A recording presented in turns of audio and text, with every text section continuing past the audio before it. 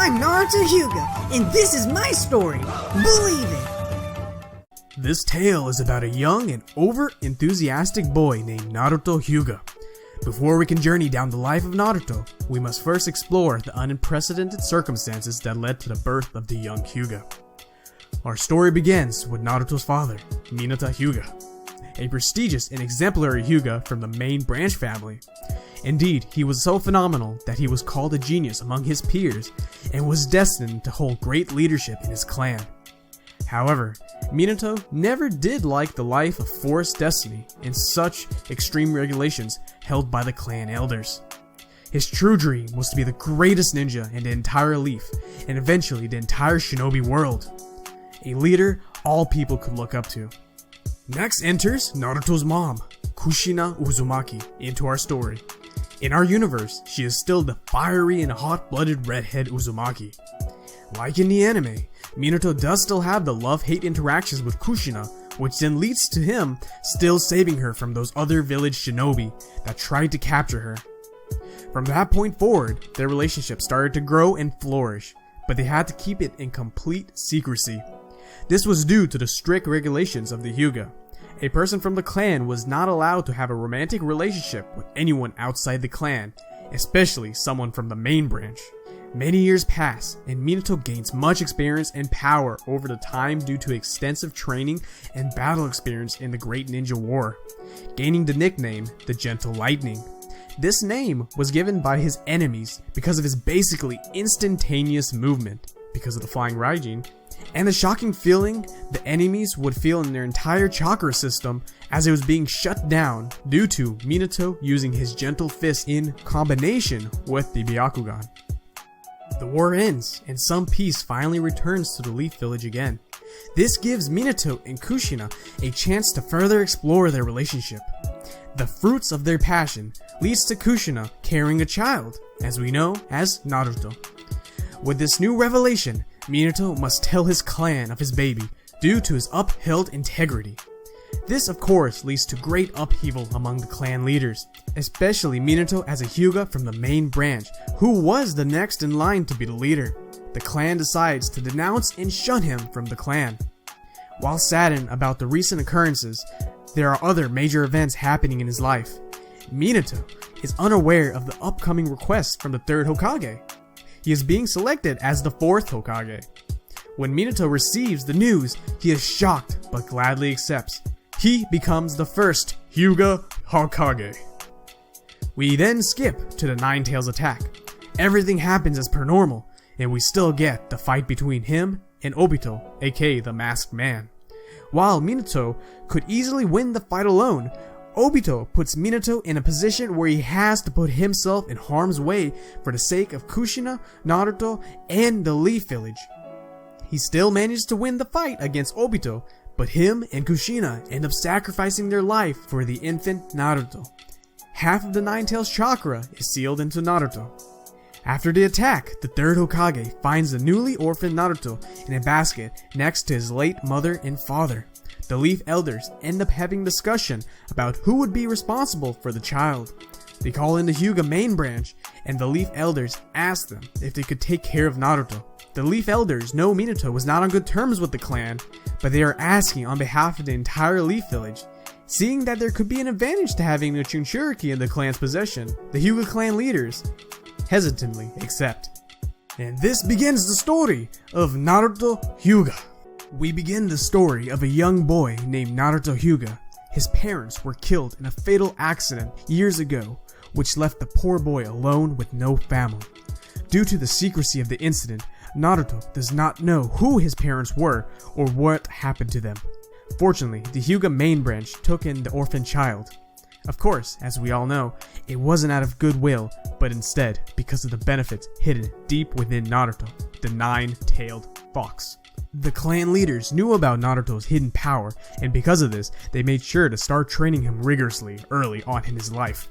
Naruto was able to awaken his Byakugan at around age 5. Also, since he is being mentored and trained by a Hyuga adult, he actually learns ninja techniques earlier on, such as the gentle fist and better chakra control.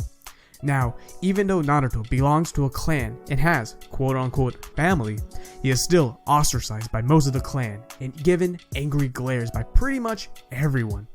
This gives him a sense of sadness and sorrow. However, it wasn't all bad. Through his training and being physically in the Hyuga section of the village, Naruto gets the chance to build a better relationship with Hinata and even comes in contact with Neji every so often. Hinata and Naruto are actually really good friends, even with Hinata being super shy. They even spar between each other sometimes, helping each other get stronger. However, at about 6 years old, when they enrolled into the Ninja Academy, the Hyuga leaders refused to allow Naruto from having any contact with other Hyuga children, including Hinata and Neji. Even with this forced separation, Naruto and Hinata would still try to meet up to talk and spar. But this changed when one day the leaders found out about these meetups. Hinata got severely punished for this. Hinata told Naruto that it was okay and that she was fine, but Naruto refused to see Hinata ever get hurt because of him, so he cut all ties with her.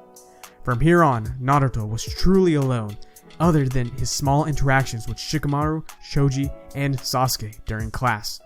Sasuke's backstory is the same as in the original anime. Because of this, Naruto and Sasuke's relationship is just as complicated. Since Naruto's body and mind was constantly being stimulated through training and studying by the Hyuga clan, he does really well in the academy. So well in fact that he's tied for first in the class with Sasuke. Naruto still gets tricked to steal the Forbidden Scroll. The reason here is because Mizuki tells him that if he gets the scroll, it will tell him the secret of his parents' death and why everyone hates him. He would still learn the multi-shadow clone jutsu from the scroll, and also learns the flying Raijin, although he is not able to execute the jutsu just yet since it requires advanced skills that he does not have yet. Though he does add this jutsu to his arsenal. Naruto overhears Mizuki and finds out what his true intentions are with the scroll. This infuriates Naruto since he was deceived, and this leads him to confront Mizuki. Mizuki gets wrecked, and Naruto turns him in with the scroll. We then skip to the academy graduation where Naruto graduates from the academy tied for top with Sasuke. Due to this, Naruto and Sasuke have an even fiercer rivalry since they don't want to be surpassed by the other. At the end of the graduation, Naruto and Sasuke are arguing outside the school courtyard. Both of them are leaning on each other with their foreheads pressed. They are bickering and talking smack when Choji comes rolling down the street in a hurry trying to get the latest release of the potato chips. Choji ends up crashing with the couple, which causes their lips to meet. It is now time to assign the Genin teams. All teams are the same, except Team 7, aka Team Kakashi, and Team 8, aka Team Kurenai. We're going to make some slight changes here. Team 8 will have Kiba, Shino, and Sakura. And Team 7 will have Sasuke, Naruto, and yeah, you guessed it, Hinata. Each team meets with a respective sensei, with Team 7 being last like in the anime. Naruto does not pull a prank on Kakashi in our scenario since Naruto is more mature here. They then go to the rooftop and give their quotes. Naruto says, I want to become Hokage and learn about the mysterious deaths of my parents. Believe it! Hinata says, as she is blushing and squirming, I want to get really strong and become the strongest Kunoichi. Sasuke says, I want to restore my clan and kill a certain someone. Just like canon, the Genin are told to get to the practice field early and not to eat breakfast. Kakashi Sensei gets there super late, as usual. He then instructs the Genin on what their mission is. They must steal his bells in the allotted amount of time. If not, they will fail and never be able to become shinobi. Naruto asks Kakashi why there are only 2 bells since there are 3 of them. Kakashi replies by saying that one of them will fail regardless. This leaves everyone speechless due to the shock of hearing this. However, there isn't any time to process disturbing information as Kakashi starts the exam immediately. The 3 Genin scatter and hide in a scouting position. Hinata, Sasuke, and even Naruto know that they're no match against Kakashi one-on-one. They must devise some plan that will give them an opportunity to steal the bells. The Genin rendezvous and come up with a surprise attack. Before they confront Kakashi Sensei, Hinata and Naruto activate their Byakugan. Naruto goes in alone at first to fight Kakashi and tells him that he wants to fight him one-on-one and that he doesn't need those other losers' help to beat him. The unaware Kakashi is disappointed about this and just continues to read his Make Out Paradise, not giving Naruto the slightest bit of attention. Naruto sees that he fell for the bluff and goes on the offensive. He charges at Kakashi with his gentle fist in an attempt to knock out some chakra points. However, Kakashi is just too fast and Naruto isn't able to hit a blow.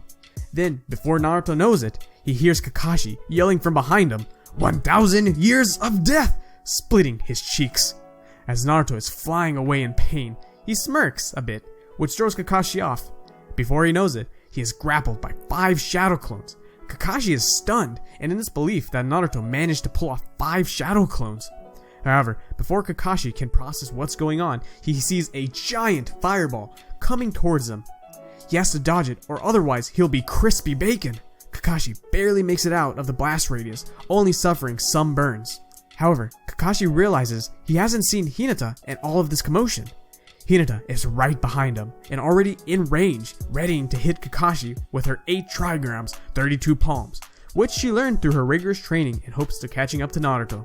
Through sheer speed, Kakashi is able to dodge some of Hinata's blows and only gets a few chakra points in his arms and legs shut off. But this is exactly what the Genin were hoping for. As Hinata is continuously attacking Kakashi, Naruto is preparing a move he has been working on. Because of his innate ability towards wind release, he uses his clones to propel both Sasuke and himself using an explosive wind-style jutsu towards Kakashi. They are moving so fast, and when Hinata on the front, Kakashi has no time to react, and Naruto and Sasuke both end up getting the bells from Kakashi. This surprises Kakashi, and he congratulates the 3 young Genin on their splendid teamwork. However, he says that since Naruto and Sasuke were the ones to retrieve the bells, Hinata fails. The Genin are furious, but they do remember Kakashi mentioning this info before they started. But then, Naruto, seeing as Hinata gets teary-eyed about this, decides that Hinata should have his bell instead. This then leads Sasuke to do the same, since he does not want to be one-upped by Naruto. Kakashi is overjoyed about what he just witnessed. Because of this camaraderie, he decides to pass all 3 of them with flying colors.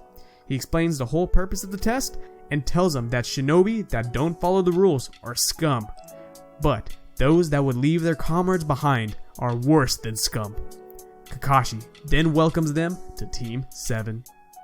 We then skip to the Land of Waves arc. Team 7 will finally be able to go on their real first ninja mission, a C rank mission. But what our Genin don't know is that things are about to heat up fast. Just like in canon, the Chunin level ninjas attack Kakashi and quote unquote take him out. However, Naruto, Sasuke, and Hinata all know that Kakashi just used substitution jutsu. They use their team formation to actually protect the old bridge builder and incapacitate the aggressive ninjas. At least, that's what they think. Naruto lets his guard down and one of the Chunin ninja attacks him from behind. Luckily, Kakashi-sensei jumps in the nick of time and saves him. Naruto is completely distraught by his carelessness and is disappointed by himself. Was his intense training all for nothing? But then he regains his composure. We still get the hand stabbing with a kunai speech as in the anime. Sasuke just does a sarcastic chuckle, but Hinata is looking at Naruto with awe and admiration. This encounter surprises the old bridge builder, and he gains some slight respect for the kids. He then comes clean to the team about what the mission is really about. We then skip to the first Zabuza encounter. This time, instead of Naruto arbitrarily throwing a kunai in the bushes to find a rabbit, he uses his Byakugan to search for the enemies. He notices that they are indeed being watched. He lets Kakashi-sensei know of this discovery, and they go on the defensive. In our scenario, Kakashi makes the first move and lands a blow on Zabuza without him realizing it. This shakes the assassin a bit, but he is able to regain himself. This fight still plays out as normal, since the Genin are no match against Zabuza and will only get in Kakashi's way. Naruto and Sasuke still execute their Demon Windblade Jutsu to save Kakashi, so Kakashi can handle the rest. Haku still comes in and saves Zabuza by simulating his death. However, in this case, Naruto activates his Byakugan to make sure that Zabuza is actually dead. He doesn't want to make the same mistake he did earlier that almost cost him his life. On further inspection, Naruto realizes that even though Zabuza is supposedly dead, he has a small amount of chakra flow, which means he is still alive. He tells Kakashi, who confronts Haku about this. Haku knows his cover is blown, but still manages to escape by using a smoke bomb and retreating. Kakashi is low on chakra and is unable to stop them. Now that Team 7 knows that Zabuza hasn't accomplished, they must be even more cautious.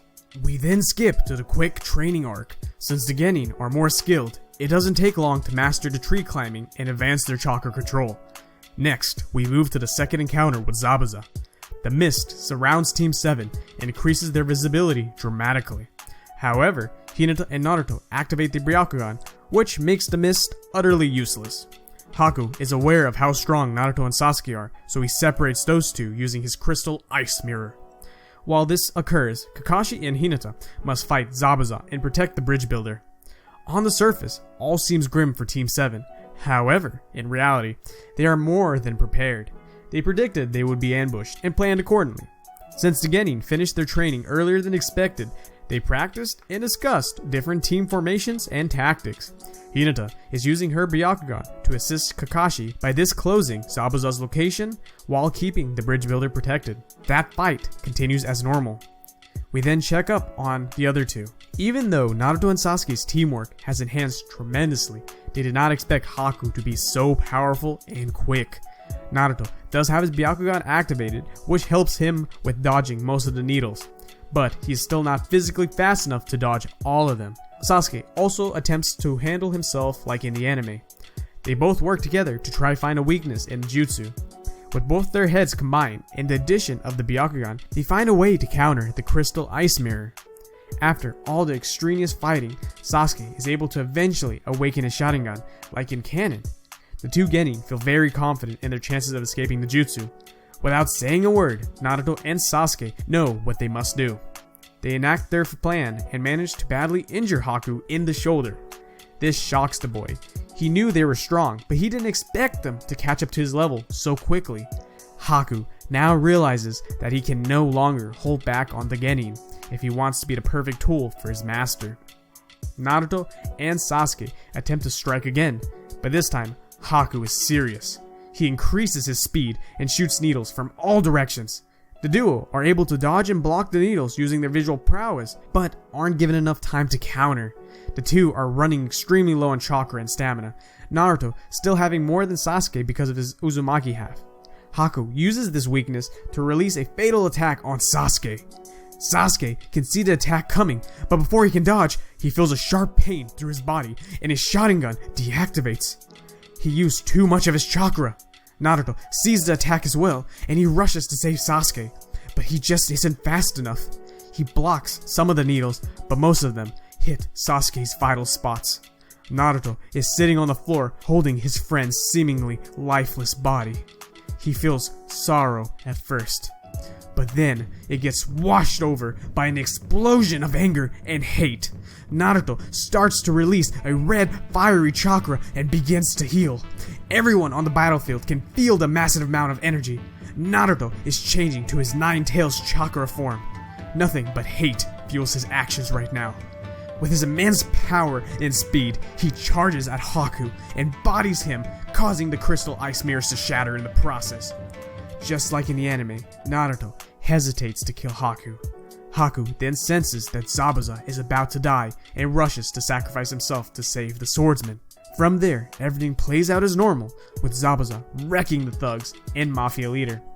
Everyone then goes to retrieve Sasuke's body. But they see that he's actually standing up. Sasuke is still alive. From the very beginning, Haku never wanted to kill them. A pure soul to the end. We last left off our young Hyuga finishing his first C-rank mission, which in all reality was much more troublesome than what it was said to be. Team 7 has had some time to rest and heal from the last encounter. We now move on to the Chunin exam arc. Hinata, Naruto, and Sasuke just finished a mission, and they are chatting and discussing tactics. However, they are interrupted by Konohamaru and his group. Naruto's interaction with him are basically the same, until suddenly Konohamaru accidentally bumps into some unfamiliar ninja wearing a weird headband. As we know, this is Kankuro from the village hidden in the sand, with Temari next to him. Kankuro gets pissed and is about to wail on the kid, but all of a sudden, he smashes into the ground and eats a pile of dirt. Both Naruto and Sasuke are standing before him, with their arms folded and serious. Temari blushes and thinks how cool and handsome the two-leaf shinobi look. This makes Hinata a little jealous as she sees Temari looking at Naruto. Kankuro is red with anger and embarrassment. He is about to release his puppet on them for making him look like a fool, but then we hear a mysterious voice telling them to stop. Both Naruto and Sasuke are shocked by the sudden appearance and can't believe they didn't notice him. The mysterious shinobi tells Kankuro and Temari that they need to go. The sand shinobi are quiet and follow the order. Before they leave, the eerie shinobi asks for Naruto and Sasuke's names, and they reply. He then says his name is Gaara and looks forward to seeing them later. The sand shinobi disappear. Both Naruto and Sasuke have a very bad feeling about all of this. We then skip to the next day. The Genin are waiting for their sensei to update them on the current situation. As usual, Kakashi Sensei is late and says he got lost on his path of life. He briefs them about the Chunin exams. He tells the young Genin that he wants them to enter the exam so they can test their skills and move up the shinobi ranks. 5 days pass and Team 7 go to turn in their applications. They still easily see through the genjutsu test created by the disguised upper levels ninja. Team 7 also have their same interactions with Lee, Neji, and Tenten. But in addition, this time Neji gives Naruto a mean look and says, "I guess they'll even let an embarrassment like you take the exam." Before Naruto can utter a comeback, Hinata jumps in and tells Neji to back off, and he doesn't know what Naruto has been through. Neji just looks in disgust and walks away. Lee apologizes for Neji's behavior and explained he isn't normally like that. He also asked if he could have a quick spar with either Naruto or Sasuke. Sasuke could care less about some random ninja, so Naruto gladly accepts the fight. The two begin fighting and they look evenly matched at first. However, Naruto activates his Byakugan and the tide of the battle moves completely to Naruto. Lee knows that he can only win if he uses that jutsu. He readies it, but before he can release it, Gai Sensei stops him. The two still have the abusive, loving interaction. Lei, this is not what I've trained you for. I'm sorry, Gai Sensei. I promise it'll never happen again. After, Lee apologizes, but Naruto says not to worry about it, since he really enjoyed the fight and compliments Lee's strength, especially for only being able to use taijutsu. The team then heads over to the examination room to meet up with the other participants. They then see Team 8 and Team 10. Their interactions go as per usual, and Team 7 still meets Kabuto. This time, when Kabuto gets attacked by the Sound Ninja, Naruto and Sasuke sense their movements from amongst the crowd. As the leader of the Sound Ninja jumps into attack with his right arm, Naruto and Sasuke both jump in. Naruto kicks the Sound Ninja's arm away, and Sasuke is standing in front of Kabuto to protect him from any other incoming attacks.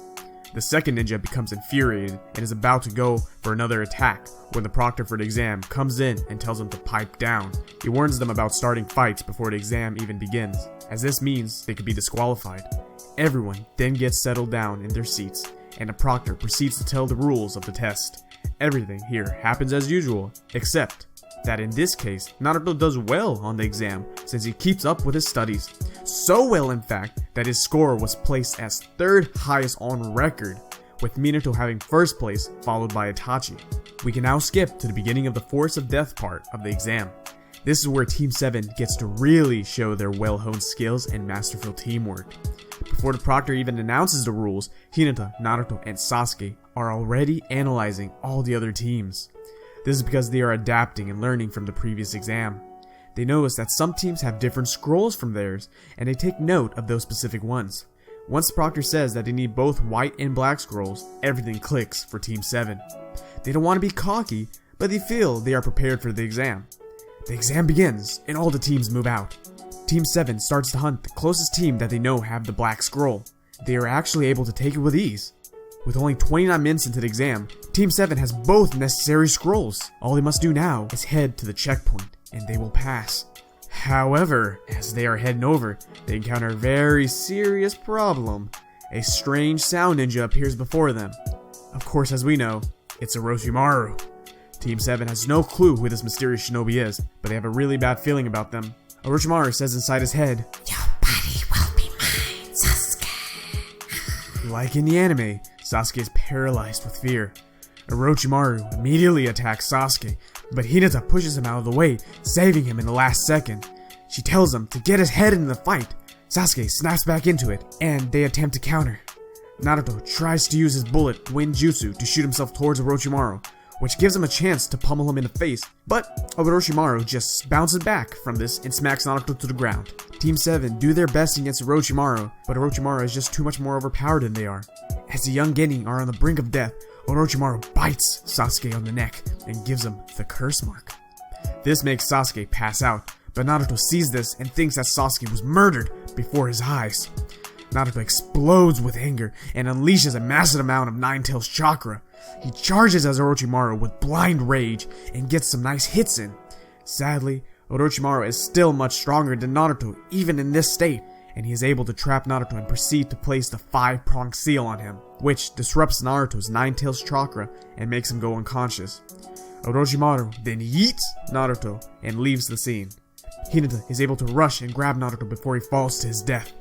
Hinata is now left to fight and protect both the unconscious Naruto and Sasuke before they can even move out to the checkpoint. 5 hours pass. Hinata is doing her best to stay concealed. However, just like in canon, they are discovered by the Sound Ninja Squad. Hinata tries to negotiate with them by giving them one of their scrolls, but the Sound Ninja are not having any of it. They think it'll be more fun just to kill the 3 of them and take the scrolls. Hinata has no choice but to fight the 3 alone. She activates her Byakugan and readies her gentle fist. She was actually able to take out one of the ninja and badly hurt the other, but she is running very low on chakra and stamina. She is about to get attacked from behind, but then Lee saves her and counters the move. She is surprised to see him there. Lee just smiles and says he's just helping a fellow comrade. During the fight, Sasuke does end up waking up due to the curse mark and attempts to break the arms of one of the Sound Ninja. Hinata stops Sasuke before he goes too far by hitting his chakra points and knocking him out. Hinata and Lee are then able to defeat the remaining Sound Ninja with ease. Lee leaves and Hinata waits another hour before Naruto and Sasuke finally wake up. The poor girl is completely exhausted but glad to see her friends awake and well. Since all of them are really close, Hinata tells Sasuke what he did while he was unconscious. They know that that strange ninja they encountered earlier must have had something to do with it. But for the moment, they promise each other to keep it secret until they are able to tell Kakashi-sensei. The tired genin make their way to the checkpoint. With Naruto's Byakugan, they are able to get there within an hour, even with the obstruction of those doppelganger shinobi. They finished the second exam in 7 hours and 29 minutes, which is still great time considering what they had to go through. Now, we move on to the third part of the exam, the preliminary battles.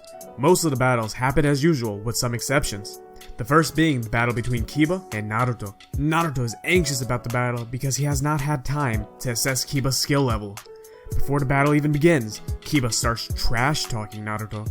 Kiba tells him that it's unfortunate for Naruto to have to face him, the strongest member of Team 8. Naruto, taking him at his word, is prepared to not hold back since who knows what kind of hidden jutsus his opponent might have. Seeing how scary looking Kiba's face is with his fang-like teeth protruding out, Naruto is feeling more nervous. As soon as the fight begins, Kiba lunges towards Naruto. Naruto is already in a stance to perform the 8 trigram palms. As soon as Kiba gets within range, he executes it. It's a perfect hit, and Naruto starts hitting him with all he's got. Naruto starts counting up the number of palms, first with 32 palms, followed by 64 palms, and finally 128 palms to finish it all up. Before Naruto even gets close to 128 palms, he realizes that Kiba has been knocked out for a while and all he's doing is just hitting Kiba's almost lifeless body over and over again. Naruto stops and Kiba plops to the floor. Deceased? Naruto is declared the winner of the battle. In his head, he says, I guess I shouldn't have gone X Games mode on him. Believe it! The interaction in Neji and Hinata's battle also changes. Since Hinata has been training more, in order to catch up to Naruto, she's able to hold her own against Neji. In this case, she's able to block most of his attacks, but is still receiving massive hits from Neji's gentle fist. While the fight is occurring, Neji takes the opportunity to bash her about being friends with Naruto, the embarrassment of the clan. Hinata tells him that Naruto is not an embarrassment and that she is proud to be his friend and that one day he'll become an exemplary shinobi. The comment gets Neji worked up, which makes him ruthlessly beat Hinata. Meanwhile, Naruto is watching from the stand, enraged and with balled up fists ready to step in an arena to stop Neji, but Kakashi-sensei stops him. At the same time, the referee calls the battle over since Neji is taking things too far. He is warned from continuing anymore or else he will be disqualified. Neji is declared the winner and Hinata is rushed to the infirmary. After the first 3 exams are over, we are left with the same shinobi from the anime passing on to the final part of the Chunin exam. However, before we get to the fights, the genin are able to rest and prepare for the upcoming battles. This is where Naruto looks to further his training by accidentally bumping into the legendary Sannin, Jiraiya. The pervy man still accepts to train Naruto after a lot of persuading. Jiraiya still removes the seal put on Naruto by the Orochimaru and teaches him how to harness the Nine-Tails chakra and how to summon Gamabunta. Due to Naruto's extreme training from a young age and his innate talent from being a Hyuga Uzumaki, he's able to pick up these new skills in half the time compared to his canon counterpart. This leaves some time for him to ask Jiraiya about an important request. Naruto explains to the Sannin that he learned an extremely powerful teleportation jutsu called the Flying Raijin and needs help learning to execute it. Just the name alone shocks Jiraiya and is surprised to hear that Naruto knows the jutsu of his former student. This brings good flashbacks to the old man's younger years.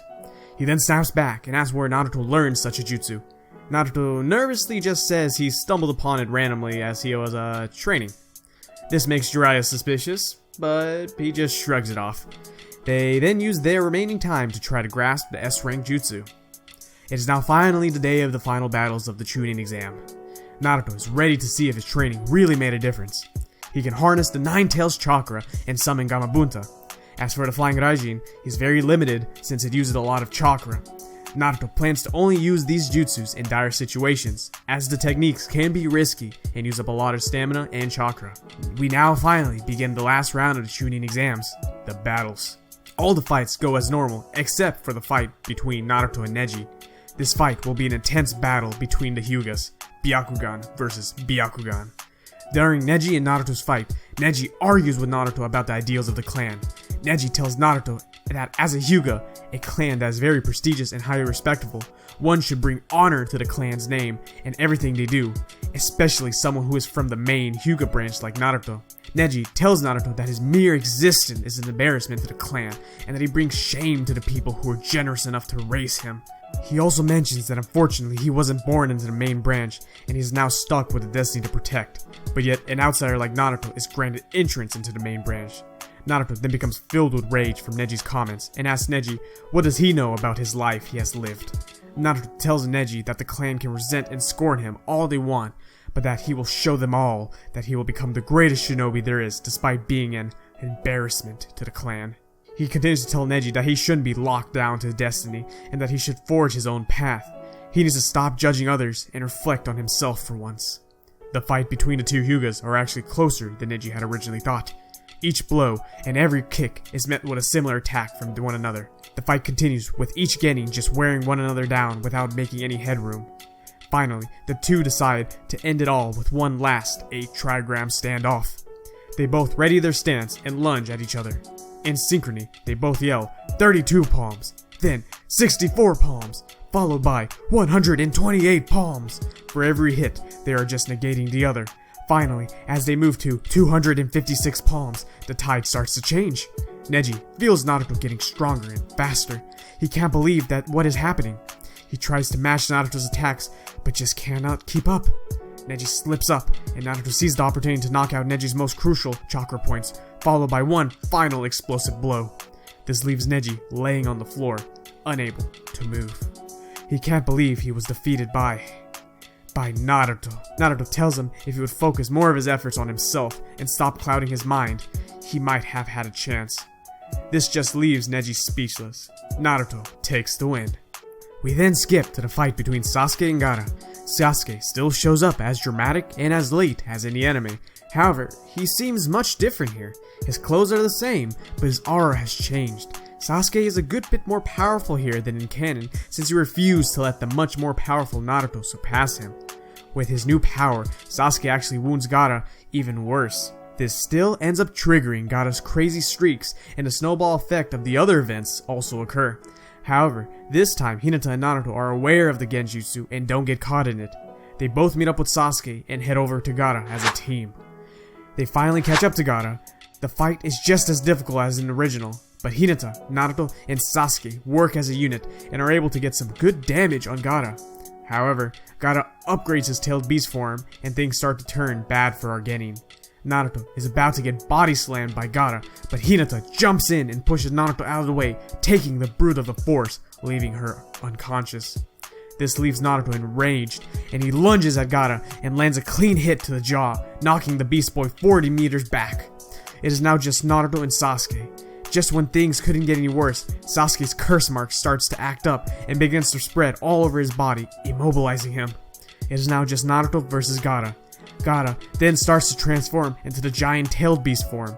Naruto is just left standing there, unsure what he can do. But he then remembers he has to protect his friends no matter what. He is the only one left that can fight and protect them. Naruto snaps out of his phase and thinks of a plan. He begins by summoning Gamabunta.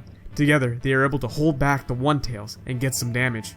As they are fighting, Naruto also notices that Gaara is sleeping on top of the tailed beast. Naruto thinks that this is where he should aim his final blow.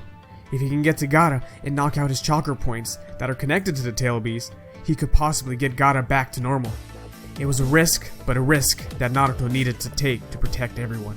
Fortunately, he had already planned for a way to get close enough to Gaara to hit his chakra points. Earlier, when Naruto hit Gaara in the face, he set a seal for the Flying Raijin on his face. He only has one shot at this. Naruto takes the chance and teleports to Gaara. The teleportation nearly took out all of Naruto's chakra and his body is failing him.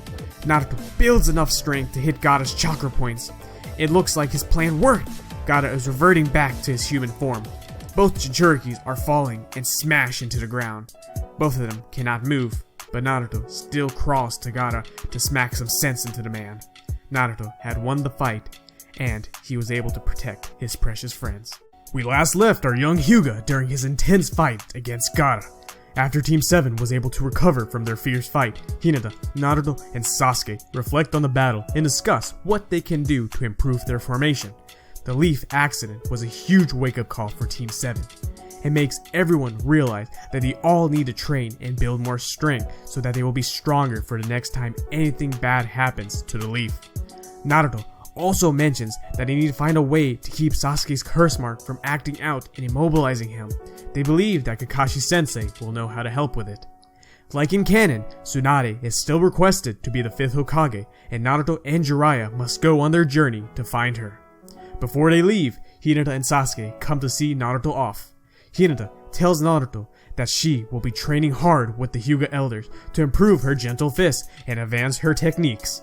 Sasuke says that he will be training with Kakashi to learn to control his curse mark better and improve his Sharingan and Chidori. Sasuke says, You better not slack off, loser, or I'll surpass you in an instant. And Hinata says, Good luck, Naruto-kun. Naruto and Jiraiya leave on their journey to find Tsunade. However, while they are gone, Itachi and Kisame still show up to the Leaf Village in search for Naruto. Kakashi still fights him and still ends up out of commission. Since Sasuke was training with Kakashi, he ends up finding out about what happened to his sensei. This of course gets him fired up into a blaze since he knows how dangerous Itachi is and doesn't want Naruto to be killed. He immediately heads out to where Naruto is. We then move over to Naruto and Jiraiya. Jiraiya has just left Naruto chilling in the hotel room so he can go out and do some research. While Naruto is laying in bed, he hears someone knocking on the door. He wonders, who could it possibly be? He's very skeptical, but still opens the door. To his surprise, he sees two eerie-looking ninjas towering over him. He definitely feels that something is wrong here. He proceeds to close the door. Before he closes it completely, he makes sure to put a Flying Raijin seal on the other side, just in case he needs a quick escape. Naruto asks the shinobi what they want. They are there to kidnap Naruto. This leaves the young Hyuga shocked. Naruto knows that he has to get out of there and try to get some help. He knows that he's completely outmatched. He proceeds to use the Flying Raijin to teleport behind the door. Itachi and Kisame are in shock and confused as to where Naruto went. They think that maybe it was a substitution, but they're not completely sure. Itachi, being as deceptive as ever, thinks that Naruto could not have gone far if he were to escape, so he goes to check if Naruto is still in the hotel room. Naruto is freaking out at this point because he has no clue what to do since his chakra is low from using teleportation. Right as Itachi is about to open the door, we hear Sasuke yelling at Itachi. We then still get the similar interaction between them like in canon where Itachi beats Sasuke senseless. Naruto hears Sasuke through the wall and realizes that he needs to do something to save him.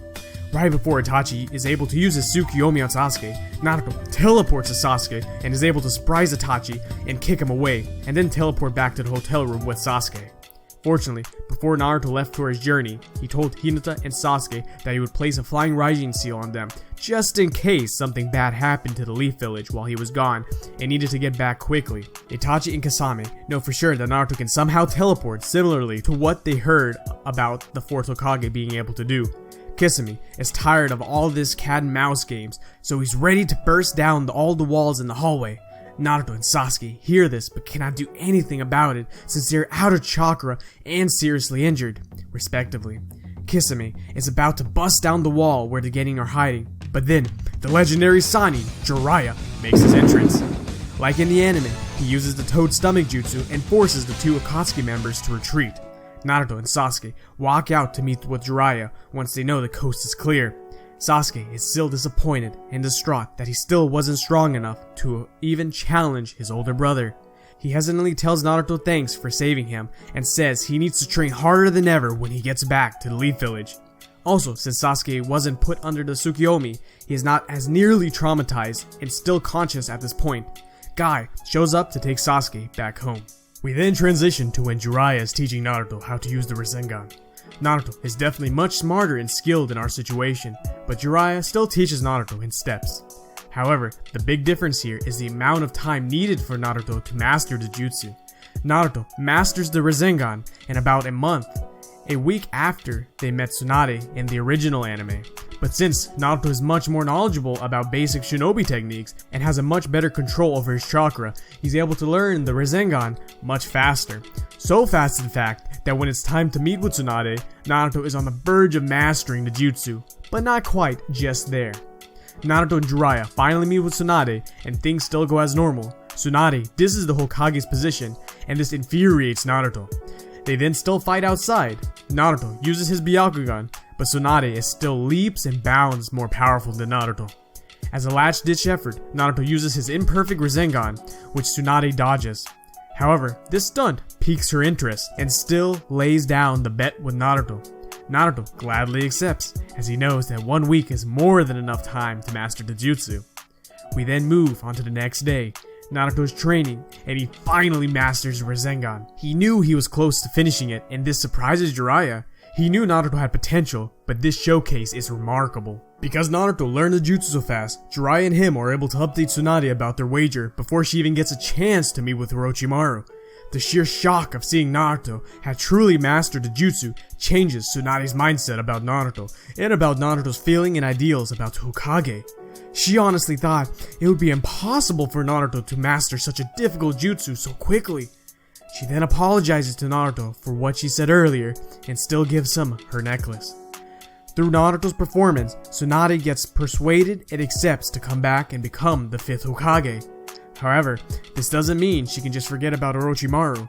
She tells the rest of the gang about the meetup she had planned with him and that it would be a perfect time to try to ambush him. We then skip to the day Tsunade and Orochimaru are supposed to meet up. Tsunade will attempt to get a surprise attack on Orochimaru while the others watch from a distance until it's time for them to make their move.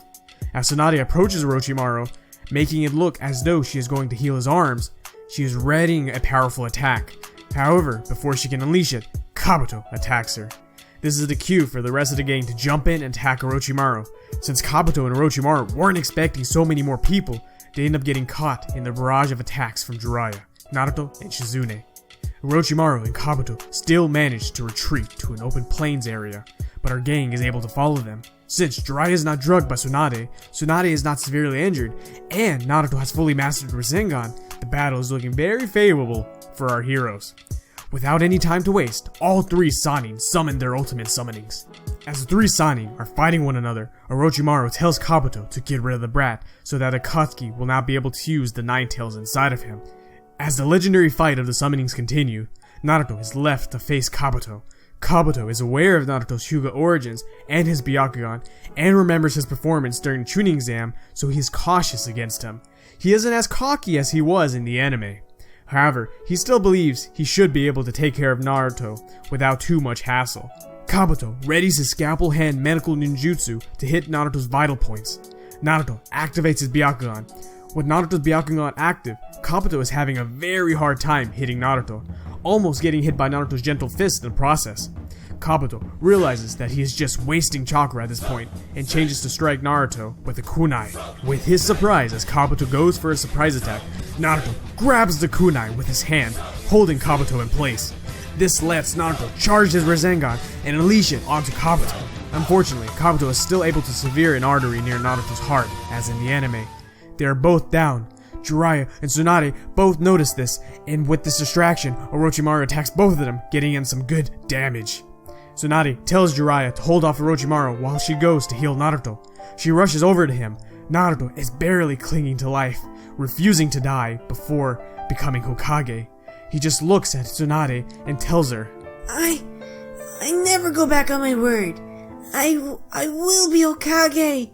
Believe it. Tsunade gets flashbacks from her past and gets teary, but smiles at Naruto. Orochimaru seems having more difficulty than he bargained for against Jiraiya. He sees that Kabuto is down and believes it would be best to retreat for now.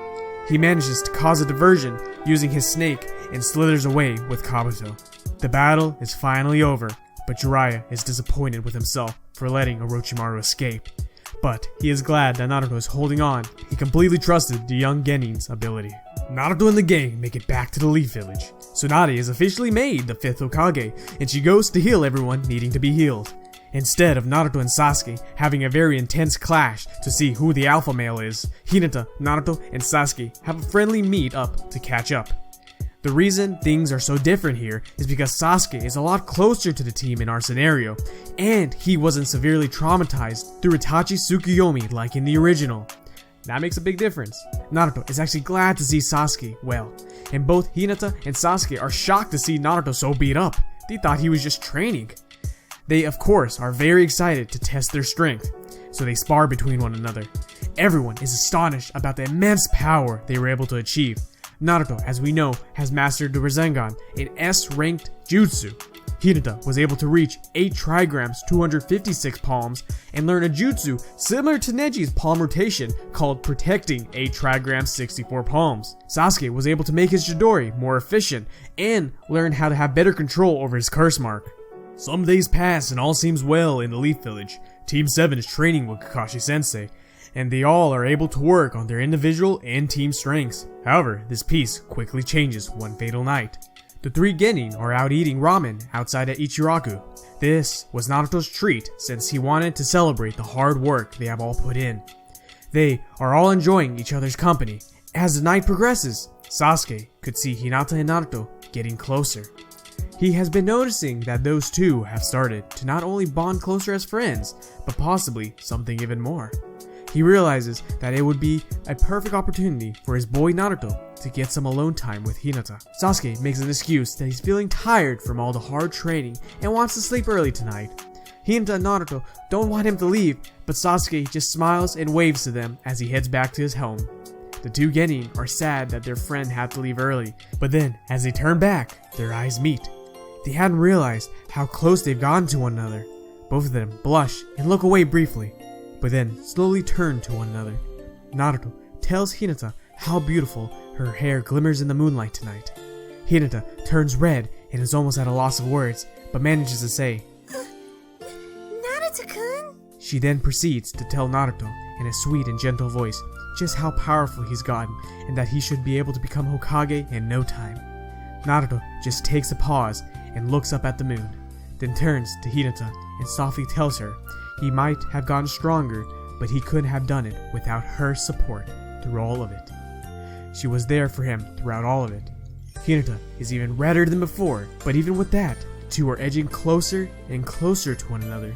So close that their faces could almost touch. They both close their eyes, and as their lips almost connect, they both hear a boom! They look around and see that some smoke is coming towards where Sasuke's house is. They don't know what's happening, but they can feel it must be something bad. They quickly rush into the smoke's direction. By the time they arrive on the scene, they are too late. They see 4 unknown ninjas fleeing with what looks to be a captured Sasuke. Naruto doesn't hesitate and wants to immediately go after them, but Hinata stops him. She tells him she knows how he must feel, but if Sasuke wasn't even able to stand a chance, how could they hope to defeat those unknown ninjas? It would be just too risky. Naruto reluctantly agrees and says that he needs to tell Tsunade so that they can get backup immediately.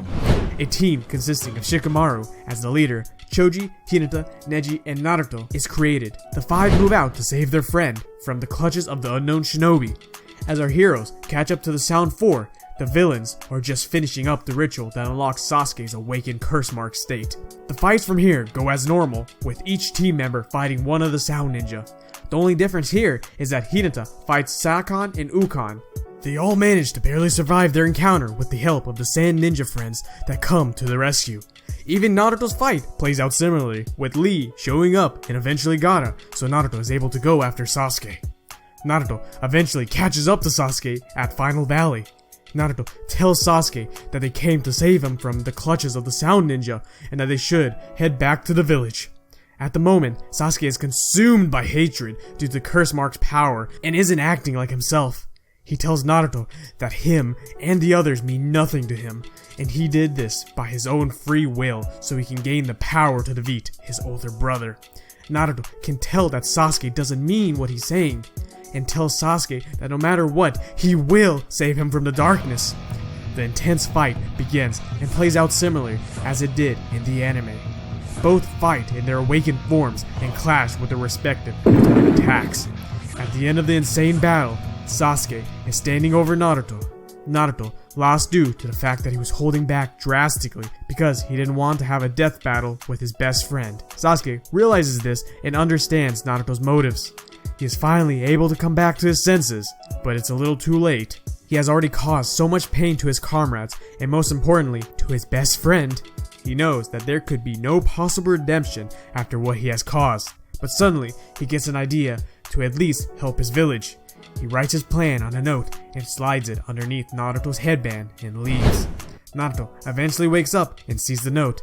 It reads, Naruto, I'm sorry for the pain I've caused you. The path of hatred consumed me. However, I have not lost sight of the friendships you, Hinata, and the others have shown me. I have a plan to train under Orochimaru for 3 years to build his trust, and by the end of it, I will attempt to assassinate him. I know we always work as a team, but I feel like I have to do this thing alone. Please inform the Hokage and Hinata for me. Naruto, with tears running down his eyes, just says to himself, that bastard is always trying to act cool and do things alone, trying to one-up me in every way. He understands Sasuke's intention and relays the message to the other. We then come to the 2.5-year time skip into Naruto Shippuden. We last left off our young Hyuga going on his 2.5-year training journey with the great pervy Sannin, Jiraiya. During the 2.5-year time skip, Naruto made some crazy good gains. First of all, Naruto discovered a completely new jutsu for himself. He figured out that if he added his wind chakra nature to his Rasengan, that it would start to create a new form of the jutsu. He had noticed Hinata and Neji create vortex or barrier style jutsus, so he thought, why wouldn't he be able to do the same? Jiraiya confirmed this and told Naruto that it would be very possible for Naruto, especially seeing how much potential the kid had. Halfway through the time skip, Naruto creates and masters the Rasen Shuriken. The rest of the training period was used to better master the Flying Raijin and learn to access more of the Nine Tails power, of course, forcefully. The training arc passes by in a flash, but Naruto is much stronger than before. He eventually arrives in the village. He goes off to find his friends to see what they have been up to, and he is especially keen on seeing Hinata. Of course, just to test how powerful she has gotten. When he sees everyone, they almost don't recognize him. Not only does Naruto look different, but his aura is completely changed. Naruto eventually makes his way to the main branch sector of the Hyuga clan, where he meets with Hinata. They look at each other for a second, unable to believe if the person they see in front of them is real. They then run towards each other and embrace. They are very happy to see each other. Naruto tells Hinata, Hinata, let's spar with each other, just like old times. Believe it! Hinata then replies, Sure, Naruto-kun. However, before they can fight, they are interrupted by a familiar-looking white-haired shinobi. It's Kakashi-sensei! He heard Naruto was in town and had an important challenge for him. He even says that Hinata can tag along too, as it would make for a better fight. Fight? The two ninjas ask out loud. Kakashi is planning on having another bell test, the same test they had when they were Genin. Kakashi is planning on going all out against Hinata and Naruto to truly test their strength. Also, because he doesn't want to be potentially killed by their power. The test begins, and both Hinata and Naruto charge at Kakashi with their gentle fist. Even though the both of them haven't trained together for over 2 years, their teamwork is remarkably flawless. They're hitting and countering Kakashi in complete synchrony. This unexpected show puts Kakashi at a huge disadvantage and is forced to retreat and get his thoughts together. But before Kakashi can even take a breath, both Hinata and Naruto are on Kakashi's tail, both with activated Byakugans. Kakashi is backed into a corner, and the two Hyugas release their 8 trigrams, 256 palms simultaneously on Kakashi. Even Kakashi can't dodge all those point-blank blows with his Sharingan, and ends up getting many of his chakra points hit, and this allows Hinata and Naruto to easily take the bells. Kakashi-sensei congratulates both of them for their splendid teamwork and strength. He can't believe how much stronger they have gotten in such a short time. They all go to get some Ichiraku ramen to celebrate, but sadly, the celebration is cut short. Tsunade calls in the 3 members of Team 7 to inform them that the Kazekage Gaara has just been abducted by the Akatsuki. This news shocks everyone, but especially gets under Naruto's skin. Naruto is fuming, but Hinata tries to calm him down by telling him that it will be okay and that they will be able to get Gaara before the Akatsuki can do anything. Naruto takes a breath and then recalls something crucially important. He tells everyone that when he fought Gaara as a kid, he had placed a flying Raishin seal on him. They could use the teleportation technique to get to him fast and rescue him. Everyone in the room is in shock and amazement about the discovery, especially Kakashi and Tsunade, as they didn't even know that Naruto knew the teleportation jutsu of the 4th Hokage. Naruto tells them that they need to move quickly, as they have no clue what the Akatsuki could be doing. He also says that he can only teleport a max of 3 people, including himself, with his current mastery of the jutsu. With that said, Kakashi, Hinata, and Naruto get ready to teleport to Gaara's location. When they teleport, they assess their situation quickly and see that they are on top of a massive giant bird. The team sees Deidara and Gaara. Before Deidara can even react, Naruto has already knocked out most of his crucial vital points, so he can't perform any of his jutsus. As the flying bird is crashing to the ground, Hinata grabs Gaara and the team jumps off. They then confront Deidara, who is currently powerless due to what Naruto did to him. Naruto tells him that he has nowhere to run and attempts to capture him. But before Naruto gets near, he notices that Deidara's chakra network is fluctuating and that a large amount of chakra is being built up in his chest. Naruto knows that something bad is about to happen, and they need to get out of there fast. However, Naruto can only teleport 3 people max, and there are 4 of them now. Naruto sighs, but he knows what he has to do. Though, before he is able to act on his plan to teleport the others, Kakashi stops him. He has been quiet and not fighting during the entire encounter, but for a good reason. Kakashi has been working out a plan and building chakra in his Sharingan since they arrived at the battlefield. He then looks at Naruto and tells him he hasn't been slacking off during these past years either. He has been working on mastering a special jutsu for just a moment like this. He then yells, "Kamui!" and a warp space starts to engulf Deidara until he completely disappears, not able to unleash his ultimate art. Team 7 was able to barely get out of the sticky situation once again. Of course, Naruto still gets scolded by Kakashi for trying to sacrifice himself and attempting to do things alone. Sasori notices that Deidara's presence has disappeared, and he notifies the Akatsuki about the current situation. They end up sending the 30% Itachi and Kisame clones to ambush Team 7. As that happens, Sasori chooses to retreat for now. Team 7 believes all is well, but then they are stopped by Itachi and Kisame. They are disturbed to see them here. Things are starting to look very grim for our heroes, especially with them having to protect Gaara and Kakashi's chakra depleted from his Kamui. Fortunately, Team Guy still shows up to help out Team 7 in the nick of time. Before the fight progresses, Neji turns to Naruto and just apologizes for all the hateful things he has said to Naruto and Hinata. Team Guy goes to fight Kisame, which plays out as normal. However, Team 7 is left with Itachi. With Kakashi out of chakra, all he can do is protect Gaara while Hinata and Naruto handle the Itachi clone. They know not to look directly into his eyes, but can easily fight against Itachi by using the Byakugan. Itachi can use Genjutsu on him, so he's left to his physical attacks. Hinata attempts to immobilize and distract Itachi, while Naruto builds up his Nine Tails chakra to unleash his giant Rasengan. Itachi is surprised by the strength of the two Hyugas, especially Naruto, and smirks as he's getting hit by Naruto's powerful jutsu.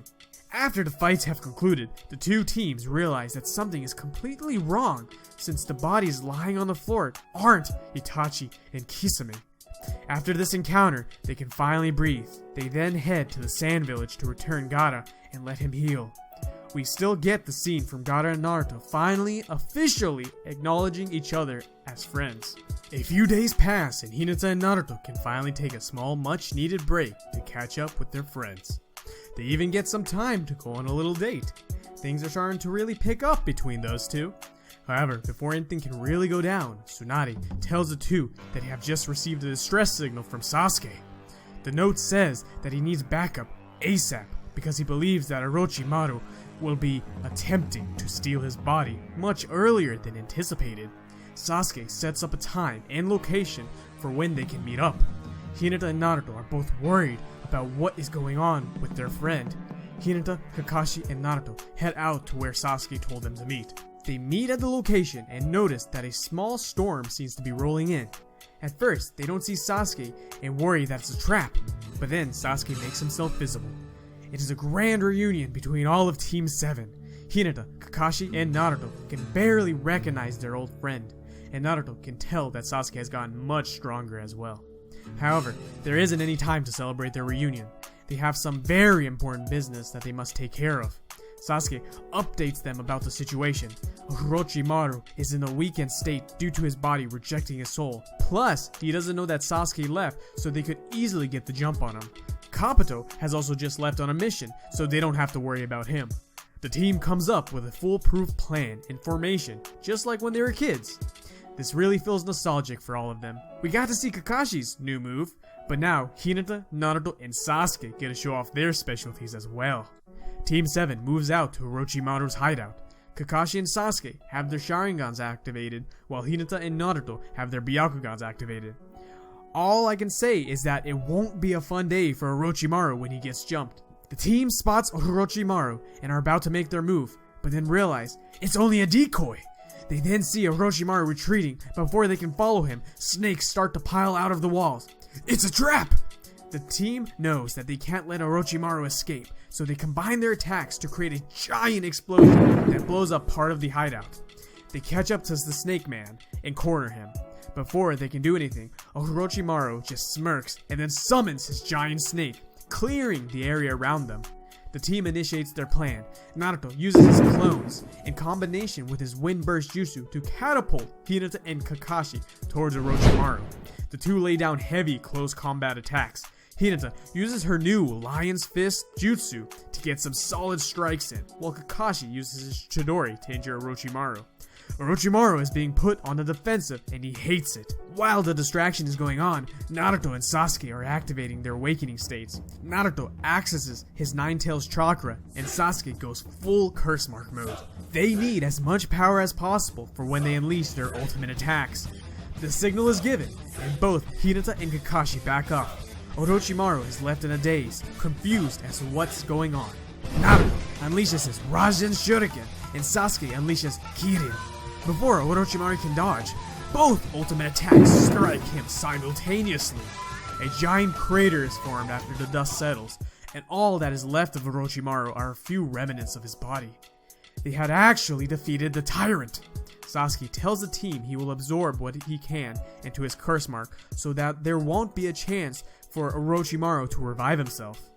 The old Team 7 has officially reunited and were victorious once again.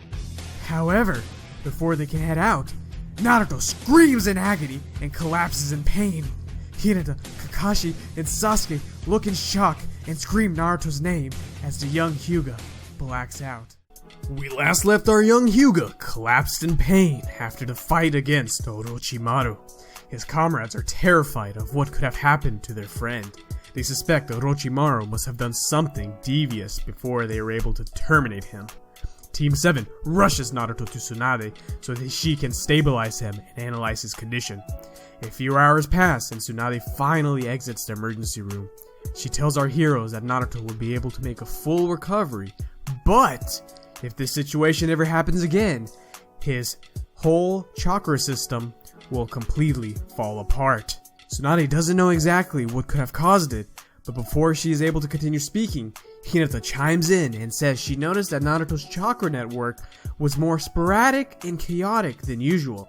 She said it started happening when he used his Rasen Shuriken, and maybe that jutsu could have caused this trauma. This leaves everyone in fright that Naruto's own jutsu could have inflicted so much damage to the user. Naruto finally wakes up and sees Hinata, Kakashi, and Sasuke looking at him with concerned but serious looks. They inform Naruto about his condition and what happened. Naruto just looks down nervously as he says that he was aware that what his jutsu could cause him. With his Byakugan, he noticed his chakra going out of control when he was mastering his jutsu. He just thought he could control it enough to minimize the side effects. Everyone is just looking at Naruto, unable to say anything, except Hinata, who has tears running down her face, and says, How could you, Naruto-kun? While Naruto replies, Hinata, wait! As Hinata darts off. Kakashi tells Naruto that if he knew about the repercussions, he shouldn't have taken the huge risk. He's told him countless times that he doesn't need to sacrifice himself. He also says that Hinata was worried sick about him. Naruto just sits there in complete silence and apologizes. Kakashi said he's not the one that needs to be apologized to, and proceeds to leave the room. Only Naruto and Sasuke are left in the room. Sasuke is pretty neutral about all of this. He knows how careless his friend can be when it comes to protecting his friends. He just encourages Naruto that things will work out. He just needs to talk it out with Hinata. But before Sasuke leaves, he tells Naruto with a slight smirk that if he ever is sloppy with his jutsu like that again, the jutsu's repercussion won't be the only thing he has to worry about. We now skip to the next day. Naruto's looking for Hinata, but he can't find her anywhere. He thinks to look for her at the Hyuga training grounds where they used to train as kids. To his surprise, Hinata is training there. Naruto tries to approach Hinata, but she just increases her training output to push him back. Naruto then knows what he has to do. He activates his Byakugan and yells at Hinata to fight him, unless she's chicken. This really gets underneath Hinata's skin, and she readies her stance. The two spar for hours, Hinata releasing all her frustration. At the end of it, they are both exhausted. Naruto looks at Hinata and starts to apologize. He then compliments her power and skill. Hinata slyly turns and underneath her breath says thanks. She then continues saying that if Naruto is aware of her power, then why does he keep doing reckless things without considering the feelings of everyone else? She questions Naruto if he does that because he doesn't trust her or the rest of the team to keep up with him. Naruto looks down in guilt. He hadn't realized everyone felt that way. He honestly just wanted to protect everyone, no matter what the cost. He couldn't bear to see any of his friends get hurt because they're all like family to him. Hinata is quiet at first, then exclaims, Baka! Naruto is caught off guard by this. Hinata, now looking at Naruto, tells him that they aren't the same team they were when they were kids. Each of them have gotten many times stronger, definitely strong enough to protect themselves, and, as Hinata gets extremely close to Naruto, to protect you too. She then kisses Naruto, making his entire face turn into a tomato. Hinata then turns quickly to get up, but before she can leave, Naruto grabs her and brings her close. He then whispers to her that he truly is sorry, and that he will rely on her and the others to watch over him as he watches over them. Hinata smiles, and the couple hugs. It is now the next day. Hinata, Naruto, and Sasuke meet up with Kakashi-sensei in the practice fields, and to their surprise, Jiraiya is also there.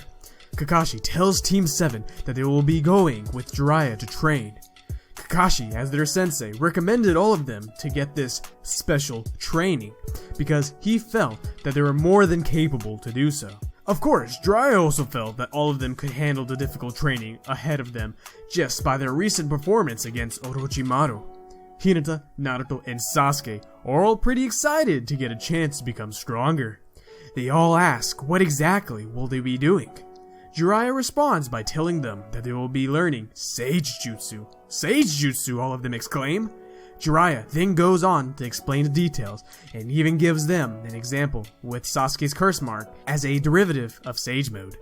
He also mentions that Naruto may even be able to use his Rasen Shuriken in his new form without any repercussions.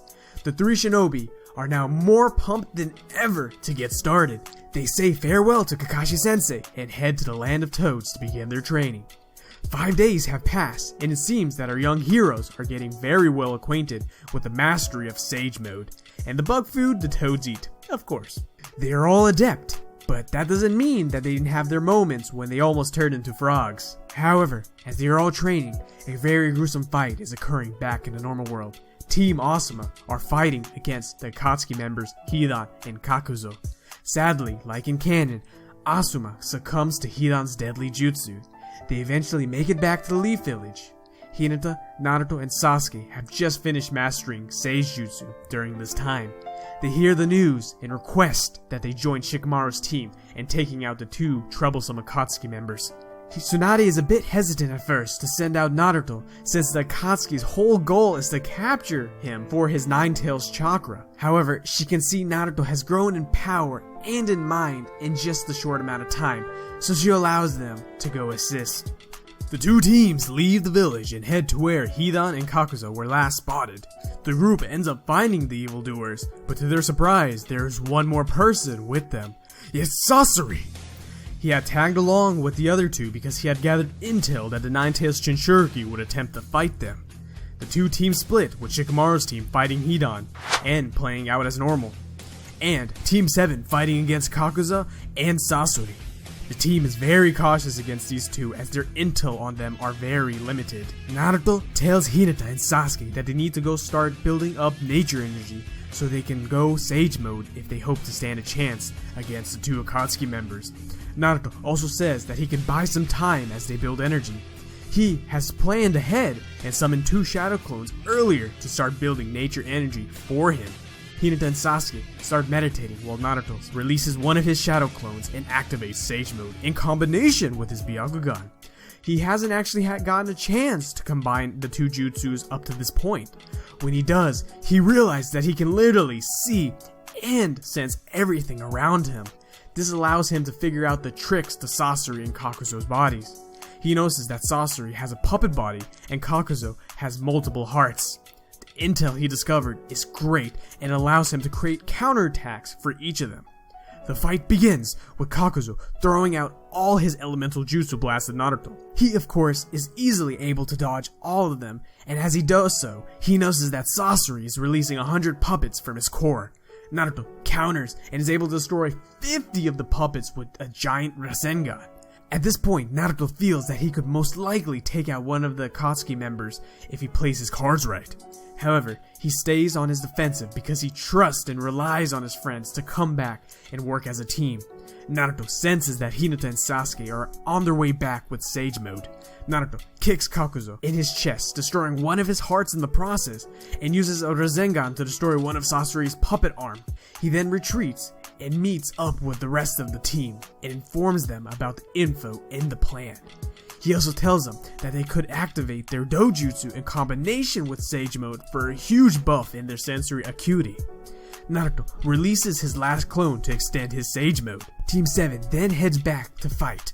Both Kakuzu and Sasori have taken some damage, but aren't ready to give up in the slightest. The villains charge out their heroes and attempt to land some blows, but they are unsuccessful as they are just too slow. It is now time for Hinata, Naruto, and Sasuke to end this fight. Sasuke uses his Chidori to send lightning through the ground and electrocute the two, immobilizing them.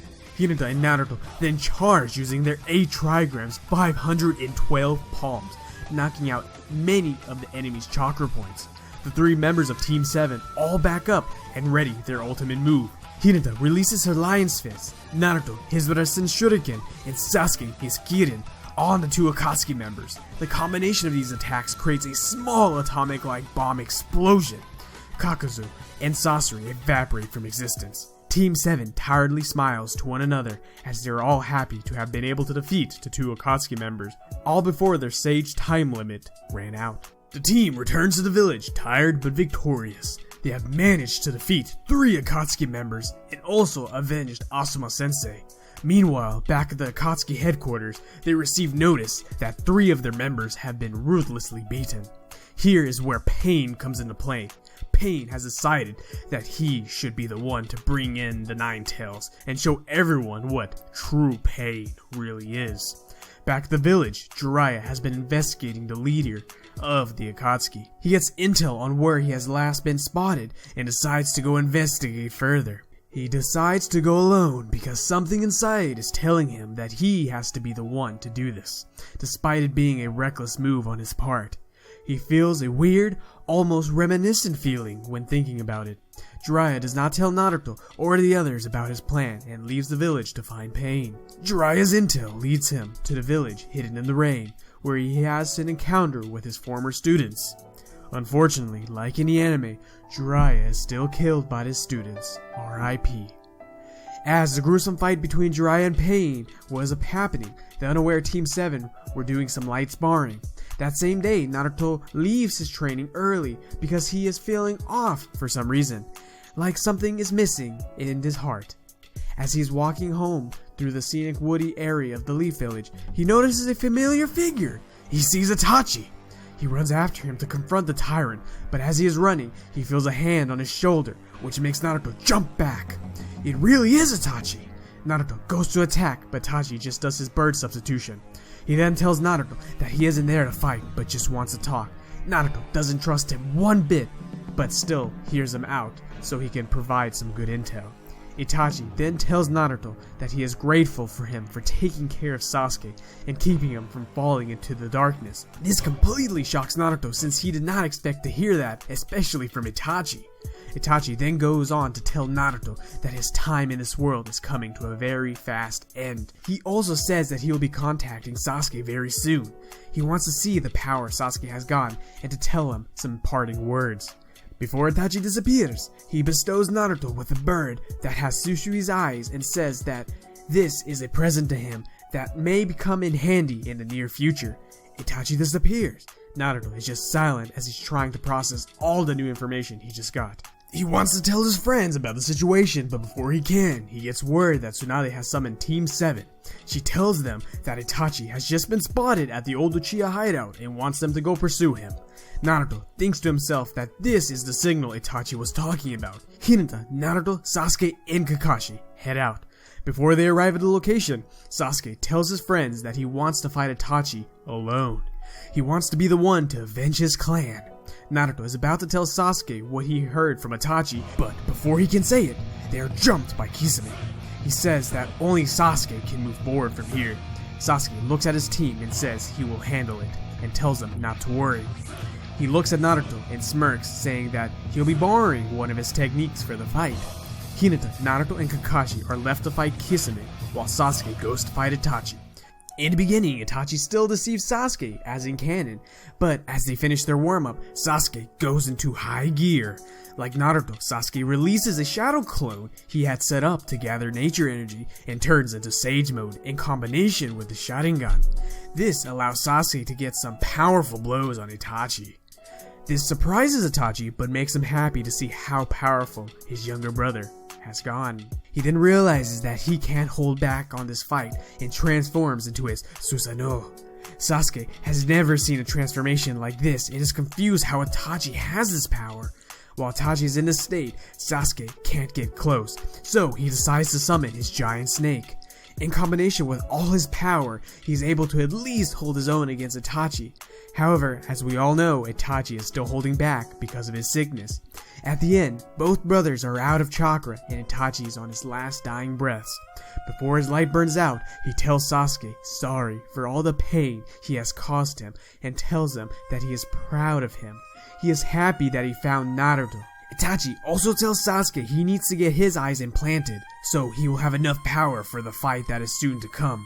As Itachi says this, he does the two-finger touch on Sasuke's forehead and collapses to the floor. The rush from hearing all that and his brother collapsing awakened his Mangekyo, and then Sasuke blacks out. We now turn to Naruto and the others fighting Kisame.